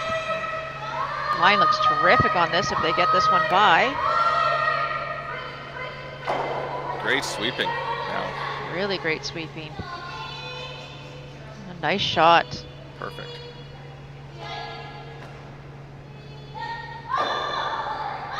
Interesting here, they're simply playing the single peel, Melissa, and not playing any sort of double peel at all. Is that just hopefully not to leave some sort of double jam, are you thinking? Is that the reasoning there? Yeah, I'm just having a look at the overhead there, and it looks like I think she thinks if she plays the double Kayla, it would bring that blue stone in the top 12 straight back. So just a straight forward peel. They're in a pretty comfortable position right now, being up 4 points, so they're happy with just the straight peel.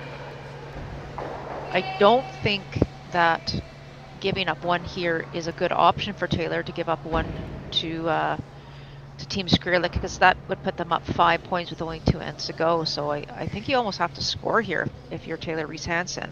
Agreed, for sure. It's it would be green light here definitely for Team Reese-Hansen, and maybe taking some extra chances to make sure they get on the scoreboard. And as we get to thirds last here, Melissa, they're throwing a protecting shot here, hopefully to try to steal one. Any other options at this point in the end for Team Reese-Hansen in terms of the other decisions they could have made here, maybe?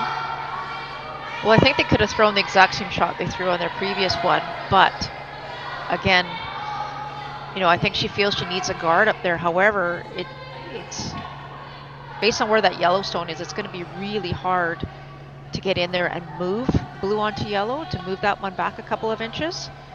And you have to put this guard in such a position that you don't set up a double either. And as we see here, no worries at all. And as we see here, Team Skrlik recognizing that there are jam possibilities there on the double peel, so they're just continuing to play the single. But I think to your point of needing to score this end for Team Reese-Hansen, they will need to make a play here at some point on those rocks in the rings to try to hopefully sit one or maybe even 2 this end. And I think it's time, Will. I think you have to play blue onto yellow. You don't have to throw hit weight at it, perhaps like just enough to tap it back. Great point, Melissa, because it's really all about the angle here, not about removing the yellow rock. If you can just tap that blue to a place where it's very hard to remove the 2 blues that would be welded to the yellow, that's a pretty wonderful shot. And to your point earlier, it might just, the best way to get there might be the outturn draw. I would agree.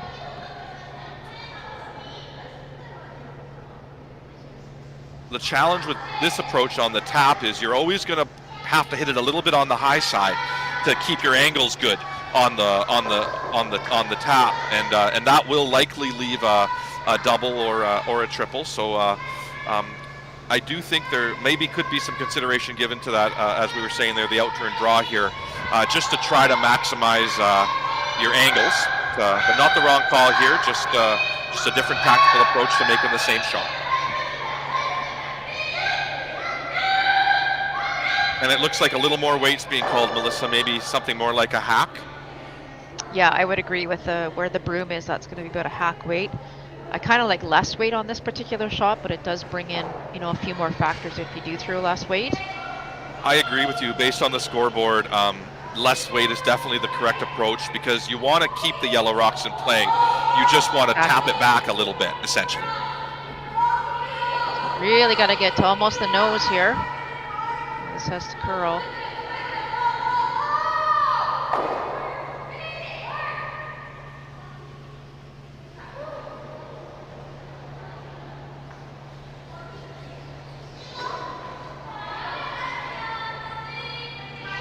And a bit of a decision now for Team Skrlik, and recognizing the score in the game, and she's really only needing to score 1 this end. Maybe just going to play a takeout here on this top rock, Melissa. Yeah, it looks like that's what she's leaning towards doing. I mean, she could pick out both the blue and yellow stone that are in the 4-foot button area. That would give Team Reese-Hansen, though, an opportunity to lie to, but again, it opens up the scoring area, and you'd be forced to take your 1, which is okay if you're Team Skrlik. I'm a little surprised she wouldn't at least make a run at the blue-blue double right now.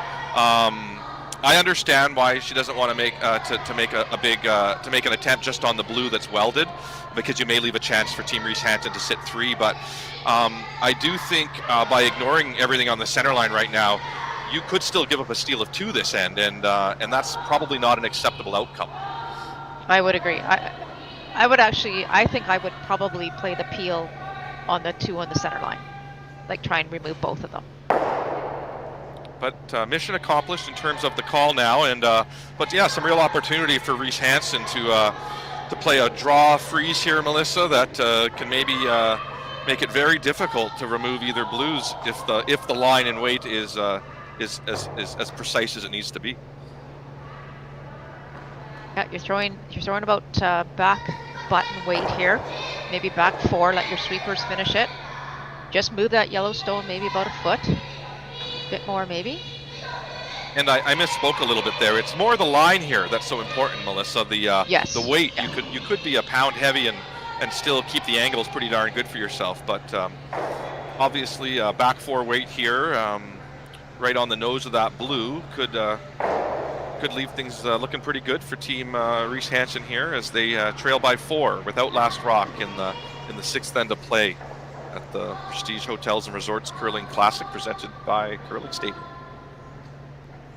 I'm a little curious as to the broom position, Will. So if she were throwing the straight draw, she would have about just inside the edge of the 8. If we saw the previous rock, she threw about hack weight and she had maybe 6 inches less. So she's kind of in the middle there. And we think she should be throwing draw weight, right? So back button, back 4 weight here. Exactly, very similar to that steel in 4. You want to throw the draw weight and then sweep for the tap, if you will. Exactly, yeah. And line looks pretty darn close here, but I think she's got a bit more weight than she was. Yeah, this has a lot of weight. But a wonderful shot in terms of line, Melissa. And terrific shot. If that's ever, 3 feet less weight, that's absolutely perfect. But you can see Kayla just going to have to be a little careful here. Does that blue stone ever jam back on the yellow one, back 8?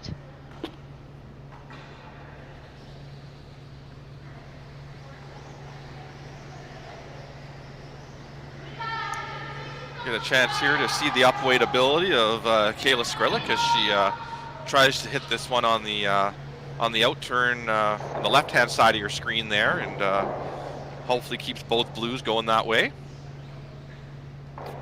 for her team's sake.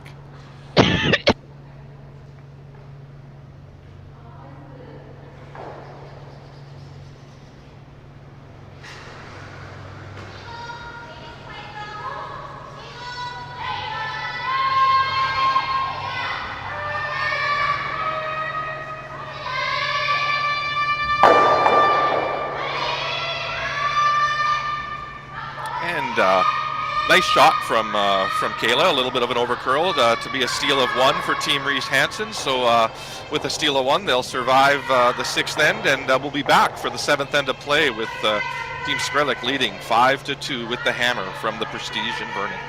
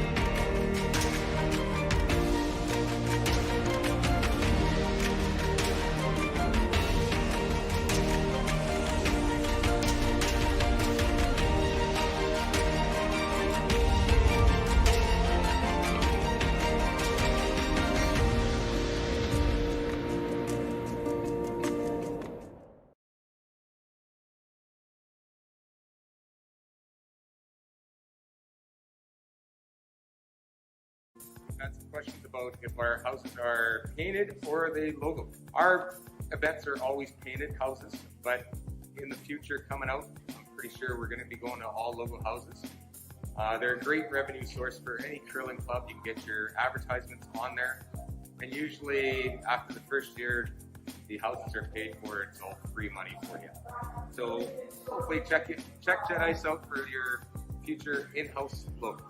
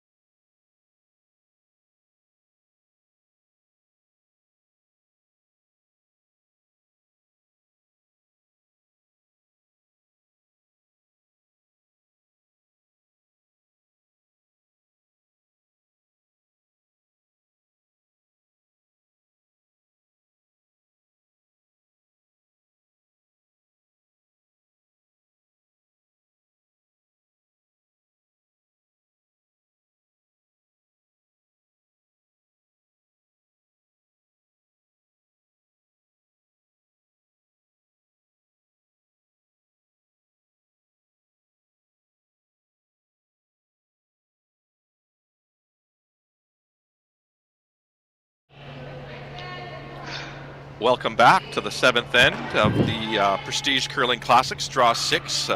Our sheet is featuring Team Skrlik versus Team Reese-Hansen, and Team Skrlik is leading 5-2 with the Hammer playing the 7th end. A reminder, you can catch every draw of every game on Vernon live this weekend, and so feel free to tune into one of those other games and get a few screens going on your computer or your smart TVs at home.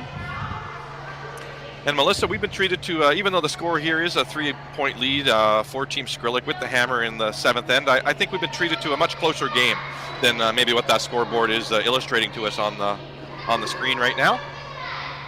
Oh, I would fully agree, Will. It was just a matter of a shot here and there that made that big difference in the 4th end, and Taylor unfortunately had a perfect weight, it just hung on her, and gave up that unfortunate steal of 4. But with that steal, as you said, steal in the previous end, there's still a little bit of hope left here for Reese-Hansen to try to make this comeback. And with the execution of both teams really in the last half of this game, it's been great execution, and it continues to be here in the 7th end. We saw Daleen put up the center guard, and then the tick was obviously made by Ashton. Sorry about that. I had to find the name there. So really high level of play overall today. And here on Seconds First Rock, we're seeing the center guard being asked for again, Melissa, and just good recognition of the scoreboard here and the need for Team Reese-Hansen to continue to steal points in this game.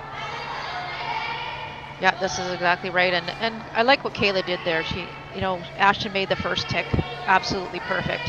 Instead of playing the second tick, she decided to throw it through. Doesn't need a lot of rocks in play. She's got a 3-point lead, very comfortable with Hammer in 7.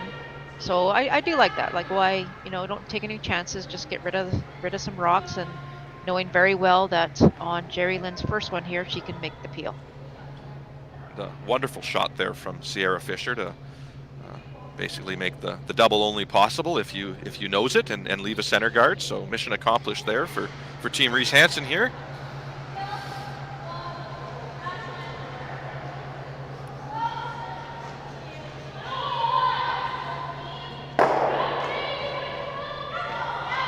Jerry Lynn Ramsey makes no mistake with the peel.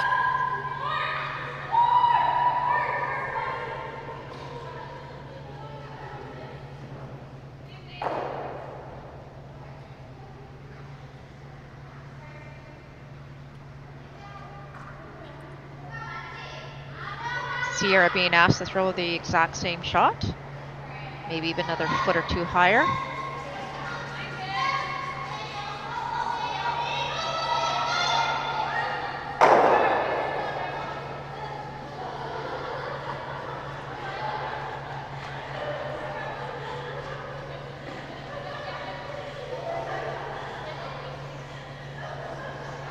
Nice shot. In a key game for this pool, Melissa, next door, an All Japan game, Team Tabata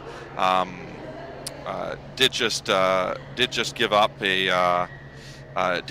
four to Fujisawa, who's currently sitting at 1-1. So Fujisawa's taken a large lead there. And a reminder to those watching, you can jump around and watch all of these games in action. So please tune in via the curlingzone.com and click the watch live button for the games you want to watch throughout the weekend.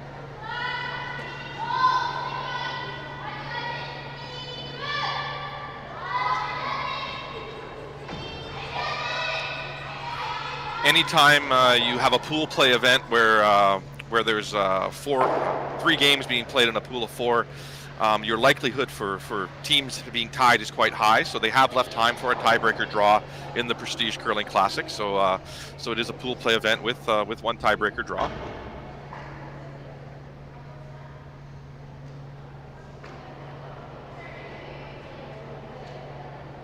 Is the call here, Melissa, for another high center guard from Team Reese-Hansen? It is, yeah. One more for sure. This is Megan's first rock.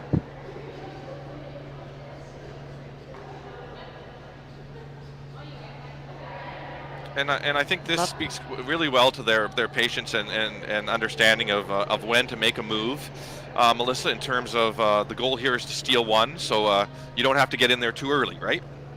Exactly, yep. You just want to make sure that your opposition's wasting rocks trying to make those peels.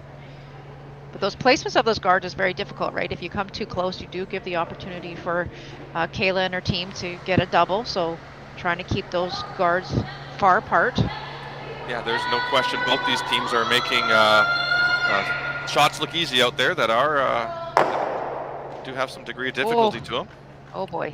And that's what Team Reese-Hansen was waiting for, Melissa, getting the jam there and now having 2 center guards, and all of a sudden it would be time to shift and probably attack, eh? This is it, yep, you're right. And there's, you could come on either side really. Like if you look at the way the guards are stationed, when you're looking at it from the hack position, you feel like you want to come around on the angle, so on the outturn side, the opposite side is what Taylor's calling. But we've seen this call a number of times. They've played this shot a number of times. She knows the exact path of this particular call, and that's why she's throwing the intern here.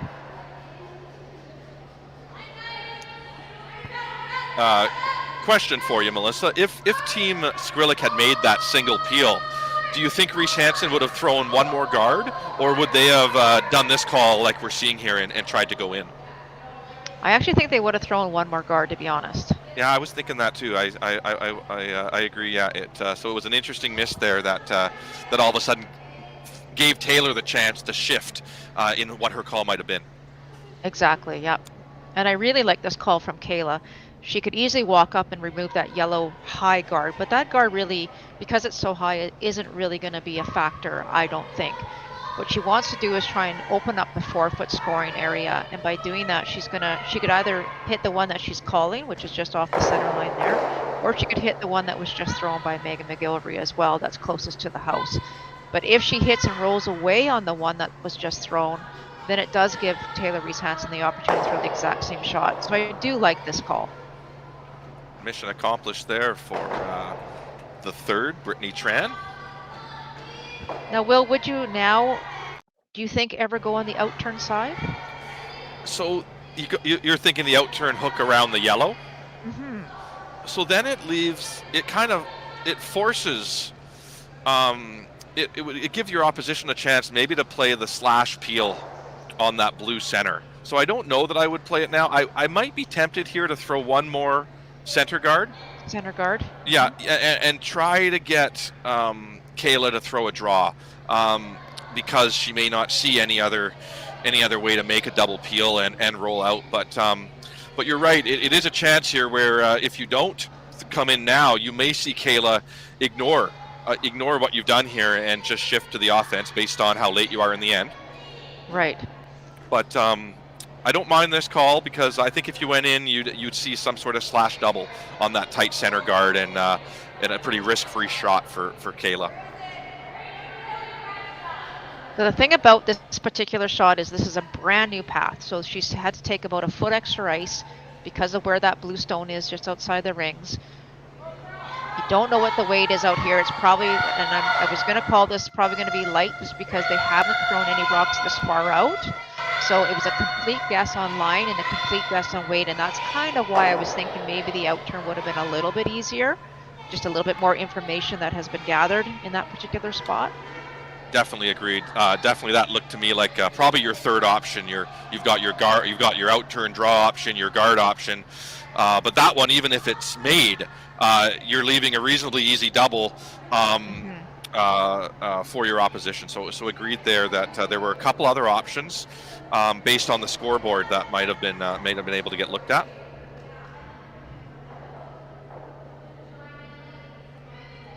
You may see the shooter here roll into the rings off the back of this blue, Melissa, if it's hit thin enough. Yeah, I would agree. There's a couple ways it can do that by hitting either of those other two blue guards. You hit it thin, as you say. Key is to hit it thin. Oh, not quite.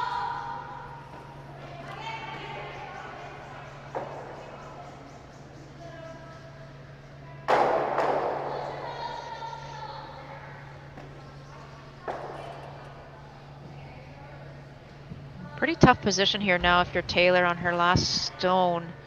Not really a lot of good options to come around either of those two guards.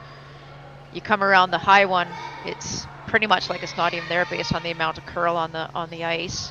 You come around that tight guard, it could be a short run, but again, how do you get there?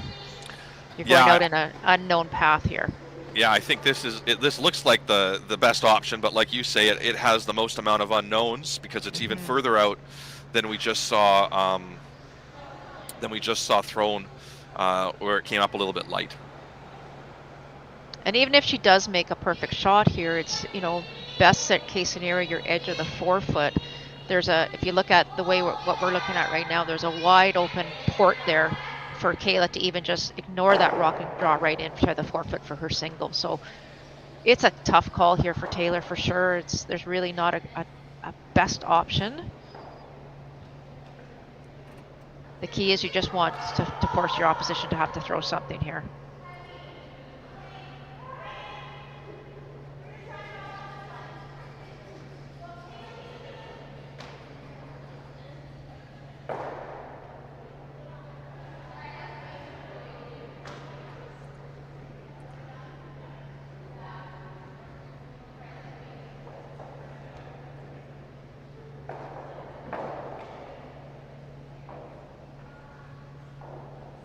Lots of communication there with your front end to try and hopefully they got a time on the previous rock thrown by Taylor. So this is a brand new path.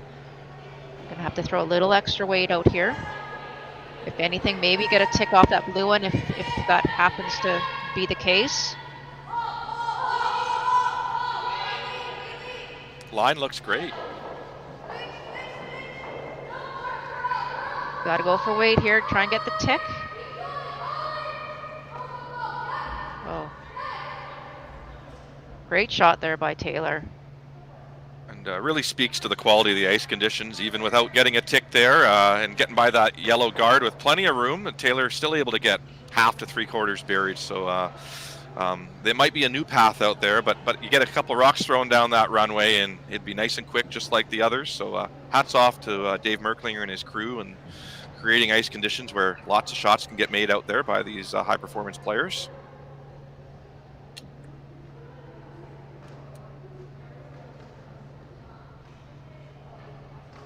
And Melissa, to your point earlier, the other option here might be to throw a draw, right, through that port there for one. Yeah, and I think, I think for Kayla, she's thinking two things. If you pick this one out and blank the end, you're obviously in a terrific position. If you just draw for your one, it's probably likely game over. You're up 4 without hammer coming home. So yeah, it's just all about preference here. She's thrown a lot. I don't think she's thrown a draw for quite a while, so this might be more comfortable shot to do. Got a curl. Oh boy. And steal of one. Oh, A steal of 1 for Team Reese-Hansen will mean we survive another end out here. So it'll be 2 up for Team Skrlik with the hammer playing the 8th end. Looking forward to seeing the 8th end with all of you. We'll be back in a moment.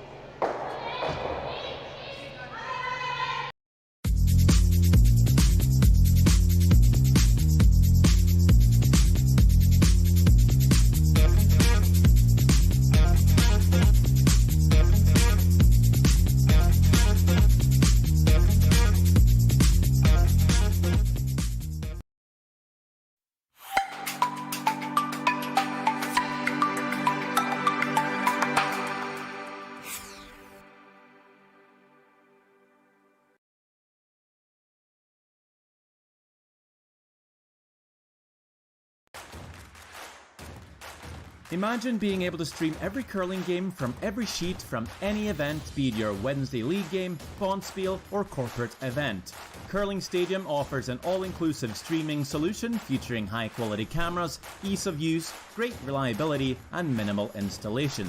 Offering your sponsors customizable ad space on your streamed curling games and being able to sell video packages to your corporate events for increased revenue. With Curling Stadium, you can stream to any device, be it your mobile phone, tablet, or computer. Push the feed to your desired platform, be it Facebook, YouTube, or any other social media. Curling Stadium is simply the way forward. Where it's commonplace in other sports to televise every game, we want to do the same. Curling is a global sport, and it's time it gets the coverage it needs. Make your curling club the next Curling Stadium.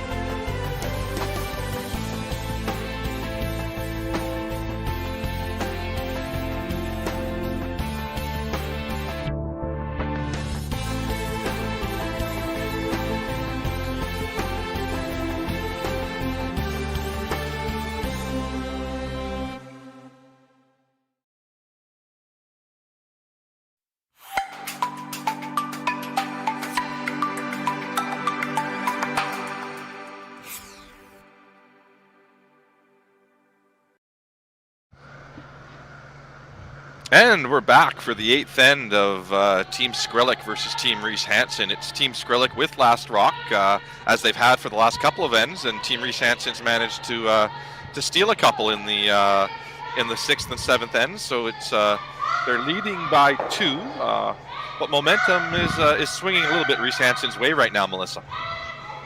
Yeah, I mean, both teams have been playing great these last couple of ends down the stretch here, but just those 2 steals in the last couple of ends, and you can feel, like, as you say, that momentum just slightly on the Reese-Hansen side right now. And the great play from these front ends continues with a wonderful tick shot there made by Ashton after Daleen placed her center guard up there. So Daleen's going to be asked to do that again, and it'll be interesting, Melissa, to see after this one's made if Team Skrlik plays the tick again. Would you expect them to? Well, we saw what happened the previous end. They did not, right? We saw that they played just throwed it through. They didn't want rocks in play, and so it'll be interesting to see if she changes her tactic this end. With the 2-point lead and hammer, sorry, you go ahead. Well, I was going to say there's 2 options here, right? Or actually 3 options. They could play the tick again on the center. They can hit the one that's in the rings and just eliminate stones, or they could throw one through to eliminate stones. So I really like that tick again myself. I kind of do as well. Yeah. But I can see the kind of the feeling of wanting to remove opposition stones. Exactly. You hate to be facing 2 or 3 on your last one when you don't need to be with this kind of lead. So nice call here, and no need to stick around. Yeah, and you know that I think for Kayla too is she maybe has that feeling too of the momentum swinging to your opposition. So I don't mind that call at all. Just get rid of anything in the rings that doesn't belong to you, and force your opposition to make perfect shots here down the stretch. And I am just realizing having a bit of a brain fart, Melissa, because there is no tick rule allowed in this event based on that being the case at the World Curling Federation level. So they are playing the no-tick rule in this event. So I just caught us there. My apologies. Well, didn't they just play the tick on the first one though? I don't know if that's right, Will. Yeah, we'll have to check back in with the event afterwards. Because I think Ashton played the tick on the first bluestone that was on the center line. Was it on the center line, I guess, is the question. That's a really good point. Yeah, I'm not that sure. would be the unknown. We'll get back to everybody, or a future broadcaster will, and this dynamic duo continues to be dynamic with our information. Make it up as we go.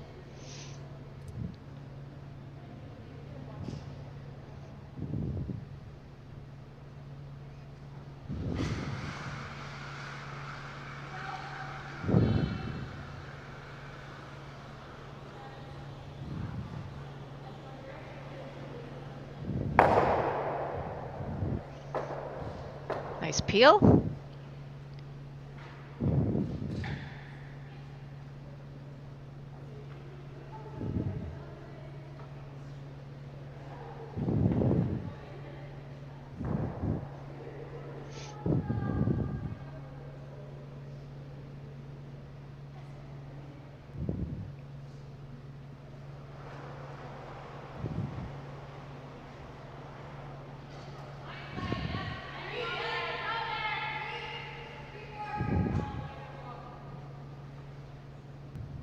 Three, 4 sounds like that is going to be in the rings, Will. And based on that, Melissa, it's all about getting this one buried behind that corner guard then.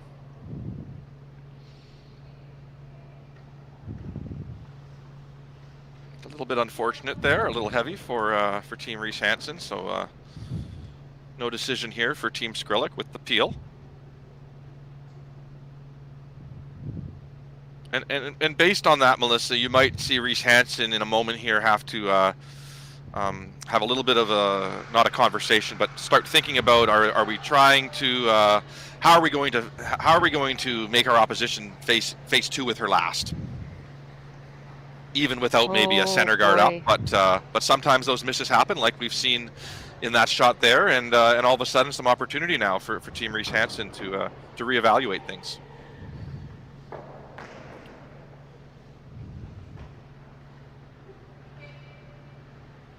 Yeah, that was an unfortunate miss there by Jerry Lynn. So, you saw where Taylor called the shot, Will. It's kind of a tight guard in the 3 zone, not really on the center line. Do you ever throw a center line guard here?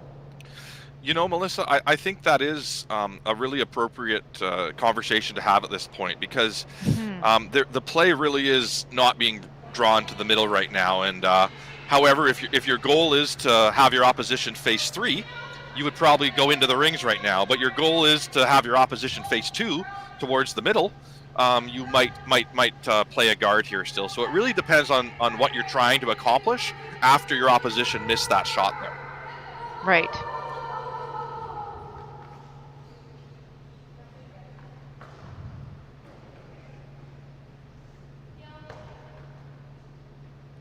And Kayla here, Melissa, could play some doubles, definitely some options there, but what's the reason she might not be playing those doubles right now and just playing that single peel?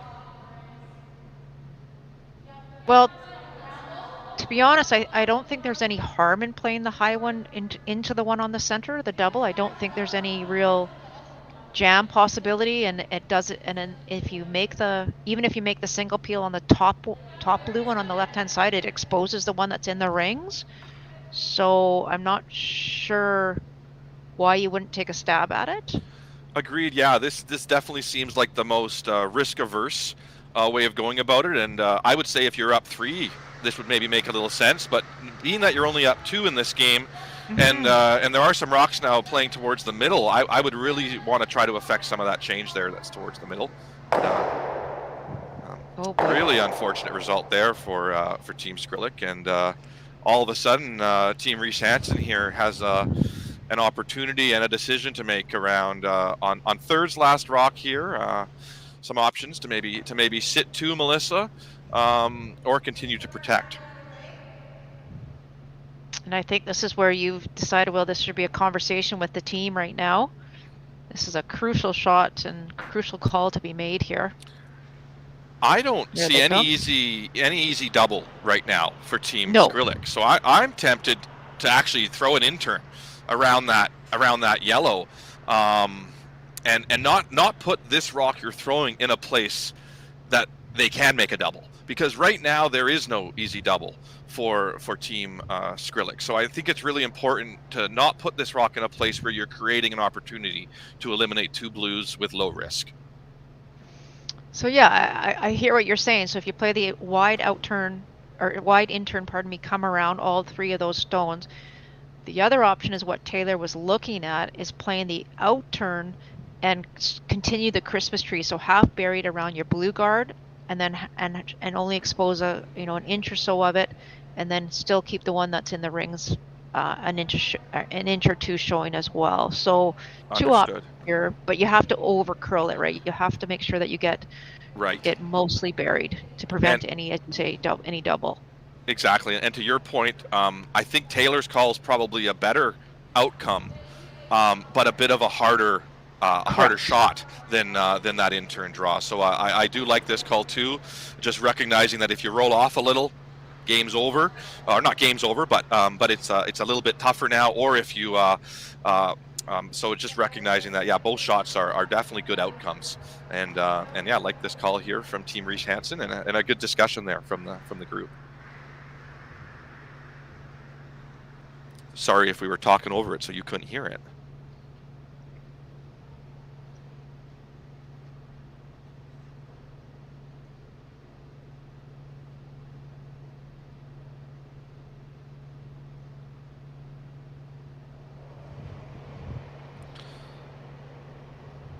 So third's final rock for Team Reese-Hansen. There'll be one more rock to come for Brittany Tran. This has a ton of curling to do. They almost have to go plan B here, Will, and maybe go in behind. No, that's not going to work. So freeze it, maybe? Yeah, I think that was the call, was the freeze. So, oh, there we go. Yeah, great shot there. That's and to perfect. your point, Melissa, it did look like it was out there, but because the weight was thrown in a way that the sweepers could influence it, there's no question they could make that one really well. So, great shot there to not leave an easy double.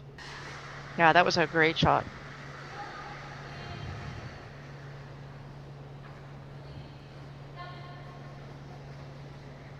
Just a straight peel here for Brittany. And I guess the problem with the straight peel, Melissa, is now it allows Team Reese-Hansen to throw a relatively easy shot, rather than if that double peel had been made there, this shot would have had a much higher degree of difficulty in terms of rock placement. Yeah, I would completely agree with that. So now you have to wonder here. So if Taylor throws a perfect guard up here, it's going to be up to Kayla to make a decision whether she takes a little bit of a risk and tries to play that double peel. Because at this point right now, if you look at it, she's got either the intern or the outturn, because those 2 rocks are in the top rings. There's nothing really touching the forefoot right now, so she may have a chance to throw a draw. So you got to think for Taylor here, she doesn't have anything in the forefoot, so she throws a perfect guard. Is that enough to get her steal of 2, really?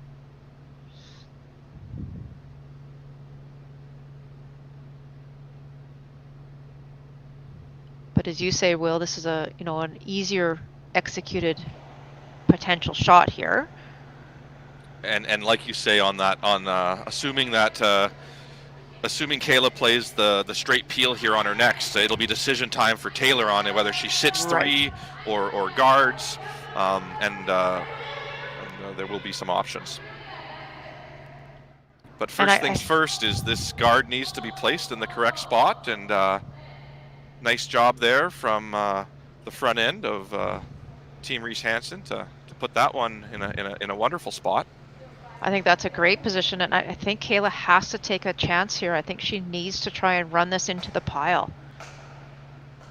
I don't know if the straight peel is going to put a ton of pressure on her for her last shot, so I would really like to see her just hit this one on the nose or just a little off nose and try and get something going in the house as well, the stones in the rings as well.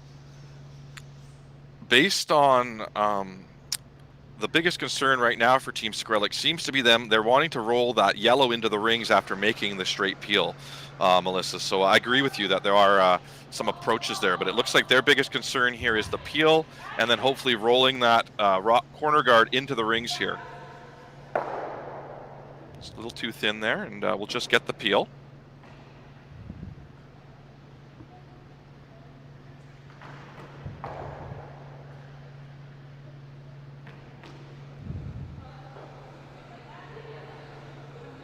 So Melissa, the call here is to play the intern draw into the rings.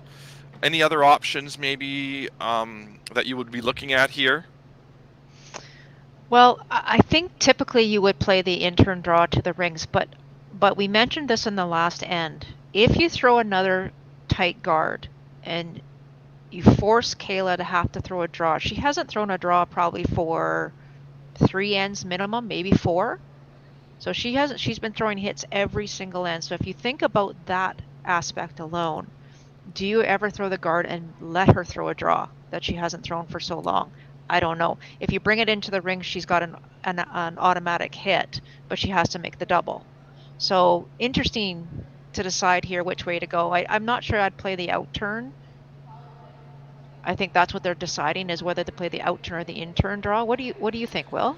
Well, we can't really see those rocks right now, but it's not a relatively easy double right now. So no. I'm tempted to leave that the way it is, and let her have a go at that double for the win, and put your rock in a place where it's not easily nose hit to hit and stick around. So I do like drawing around the yellow, either yellow really, and making it and forcing your opposition. The reason I don't love the guard here, if that top 12 rock was top 8 foot, I'd like the guard, but I do think it's relatively easy right now for Kayla just to outdraw that rock in the top 12 foot. So I do think you need to sit 3 here to hopefully force some sort of hit out of Kayla. Yeah, I would agree with that comment as well, because I think that's such a good point, is that blue rock in the top 12 isn't good enough to probably score. Even if she doesn't have draw weight, she still has, all she has to do is hit 8 foot really to counter down. So I agree with you. I think it's really important for Taylor to sit 3 here somewhere in the rings. And this view is really great right now. You see this double here. Well, we've seen Team Skrlik under curl on all of their hits today. And right now, an under curl on that double would mean a steal of 1 for Team Reese-Hansen. So I think by leaving them that double there and trying to put this rock in a place where it can't be hit, they're making the appropriate call here. So let's see how they do on they've made the call appropriately in from the looks of things. So let's see how they do on the execution side, Melissa. It looks like the call here is back 8 foot. Yes. Yeah. Yeah.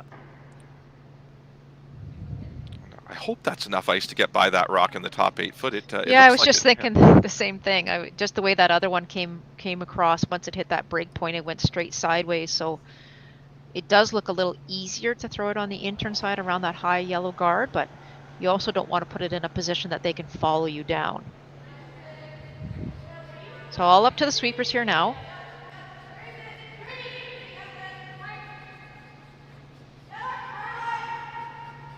Really want to get this one back if they can. Looks a little on the lighter side. Oh boy. Oh. Really well thrown and just a pound light, Melissa, but a lot of things were done right on that shot. Yeah, and you think about it, Will, you know, in hindsight, obviously, coming in that way, that rock pretty much ended up in the worst possible spot, right? Exactly. It's a natural double now, unfortunately, for Team Reese-Hansen. If you come the other way, you stay away from those blue stones altogether. So that might have been, in hindsight, the better way to come in, but, you know, 2 or 3 extra feet on that rock, and she gets by there, and then we're not having this conversation, so... And here we have it, Kayla Skrlik looking to make 2 rocks go away and get the win here at the draw 6 of the Prestige Curling Classic and move her team to 3-1, or 2-1, sorry. And she makes no mistake. Nice shot. So a great game here on Saturday morning. We'll see Team Reese-Hansen finish off pool play at 2-2, and see Team Skrlik move to 2-1 with 1 game remaining, where they will play Team Tabata from Japan, who I believe is at 0-3 right now. Next up, Melissa, is going to be the men's draws this afternoon. So everyone, please tune into those. And really enjoyed the game with you here today, Melissa. Any final comments on both teams and their performance today? No, I think it was, as we said, it was a really great game. It was a lot closer, and the score finally predicted that it was a close game that we saw. Both teams getting a good grasp on the ice, and good luck for the rest of the way. Absolutely, and thanks to the Vernon Curling Club. You've been watching the 2022 Prestige Hotels and Resorts Curling Classic, presented by Curling Stadium. We'll see you in a couple hours. Bye, Will. Bye, ma'am.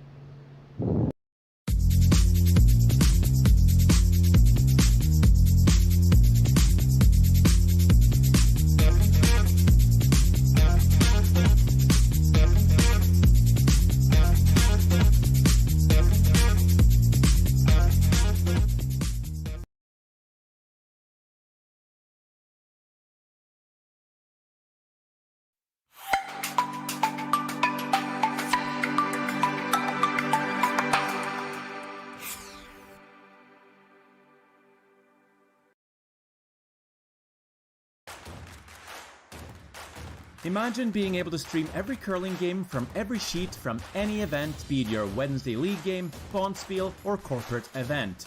Curling Stadium offers an all-inclusive streaming solution featuring high-quality cameras, ease of use, great reliability, and minimal installation.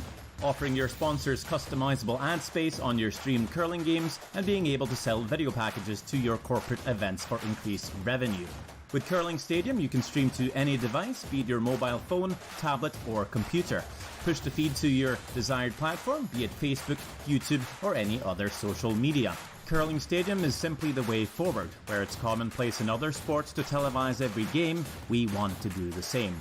Curling is a global sport, and it's time it gets the coverage it needs.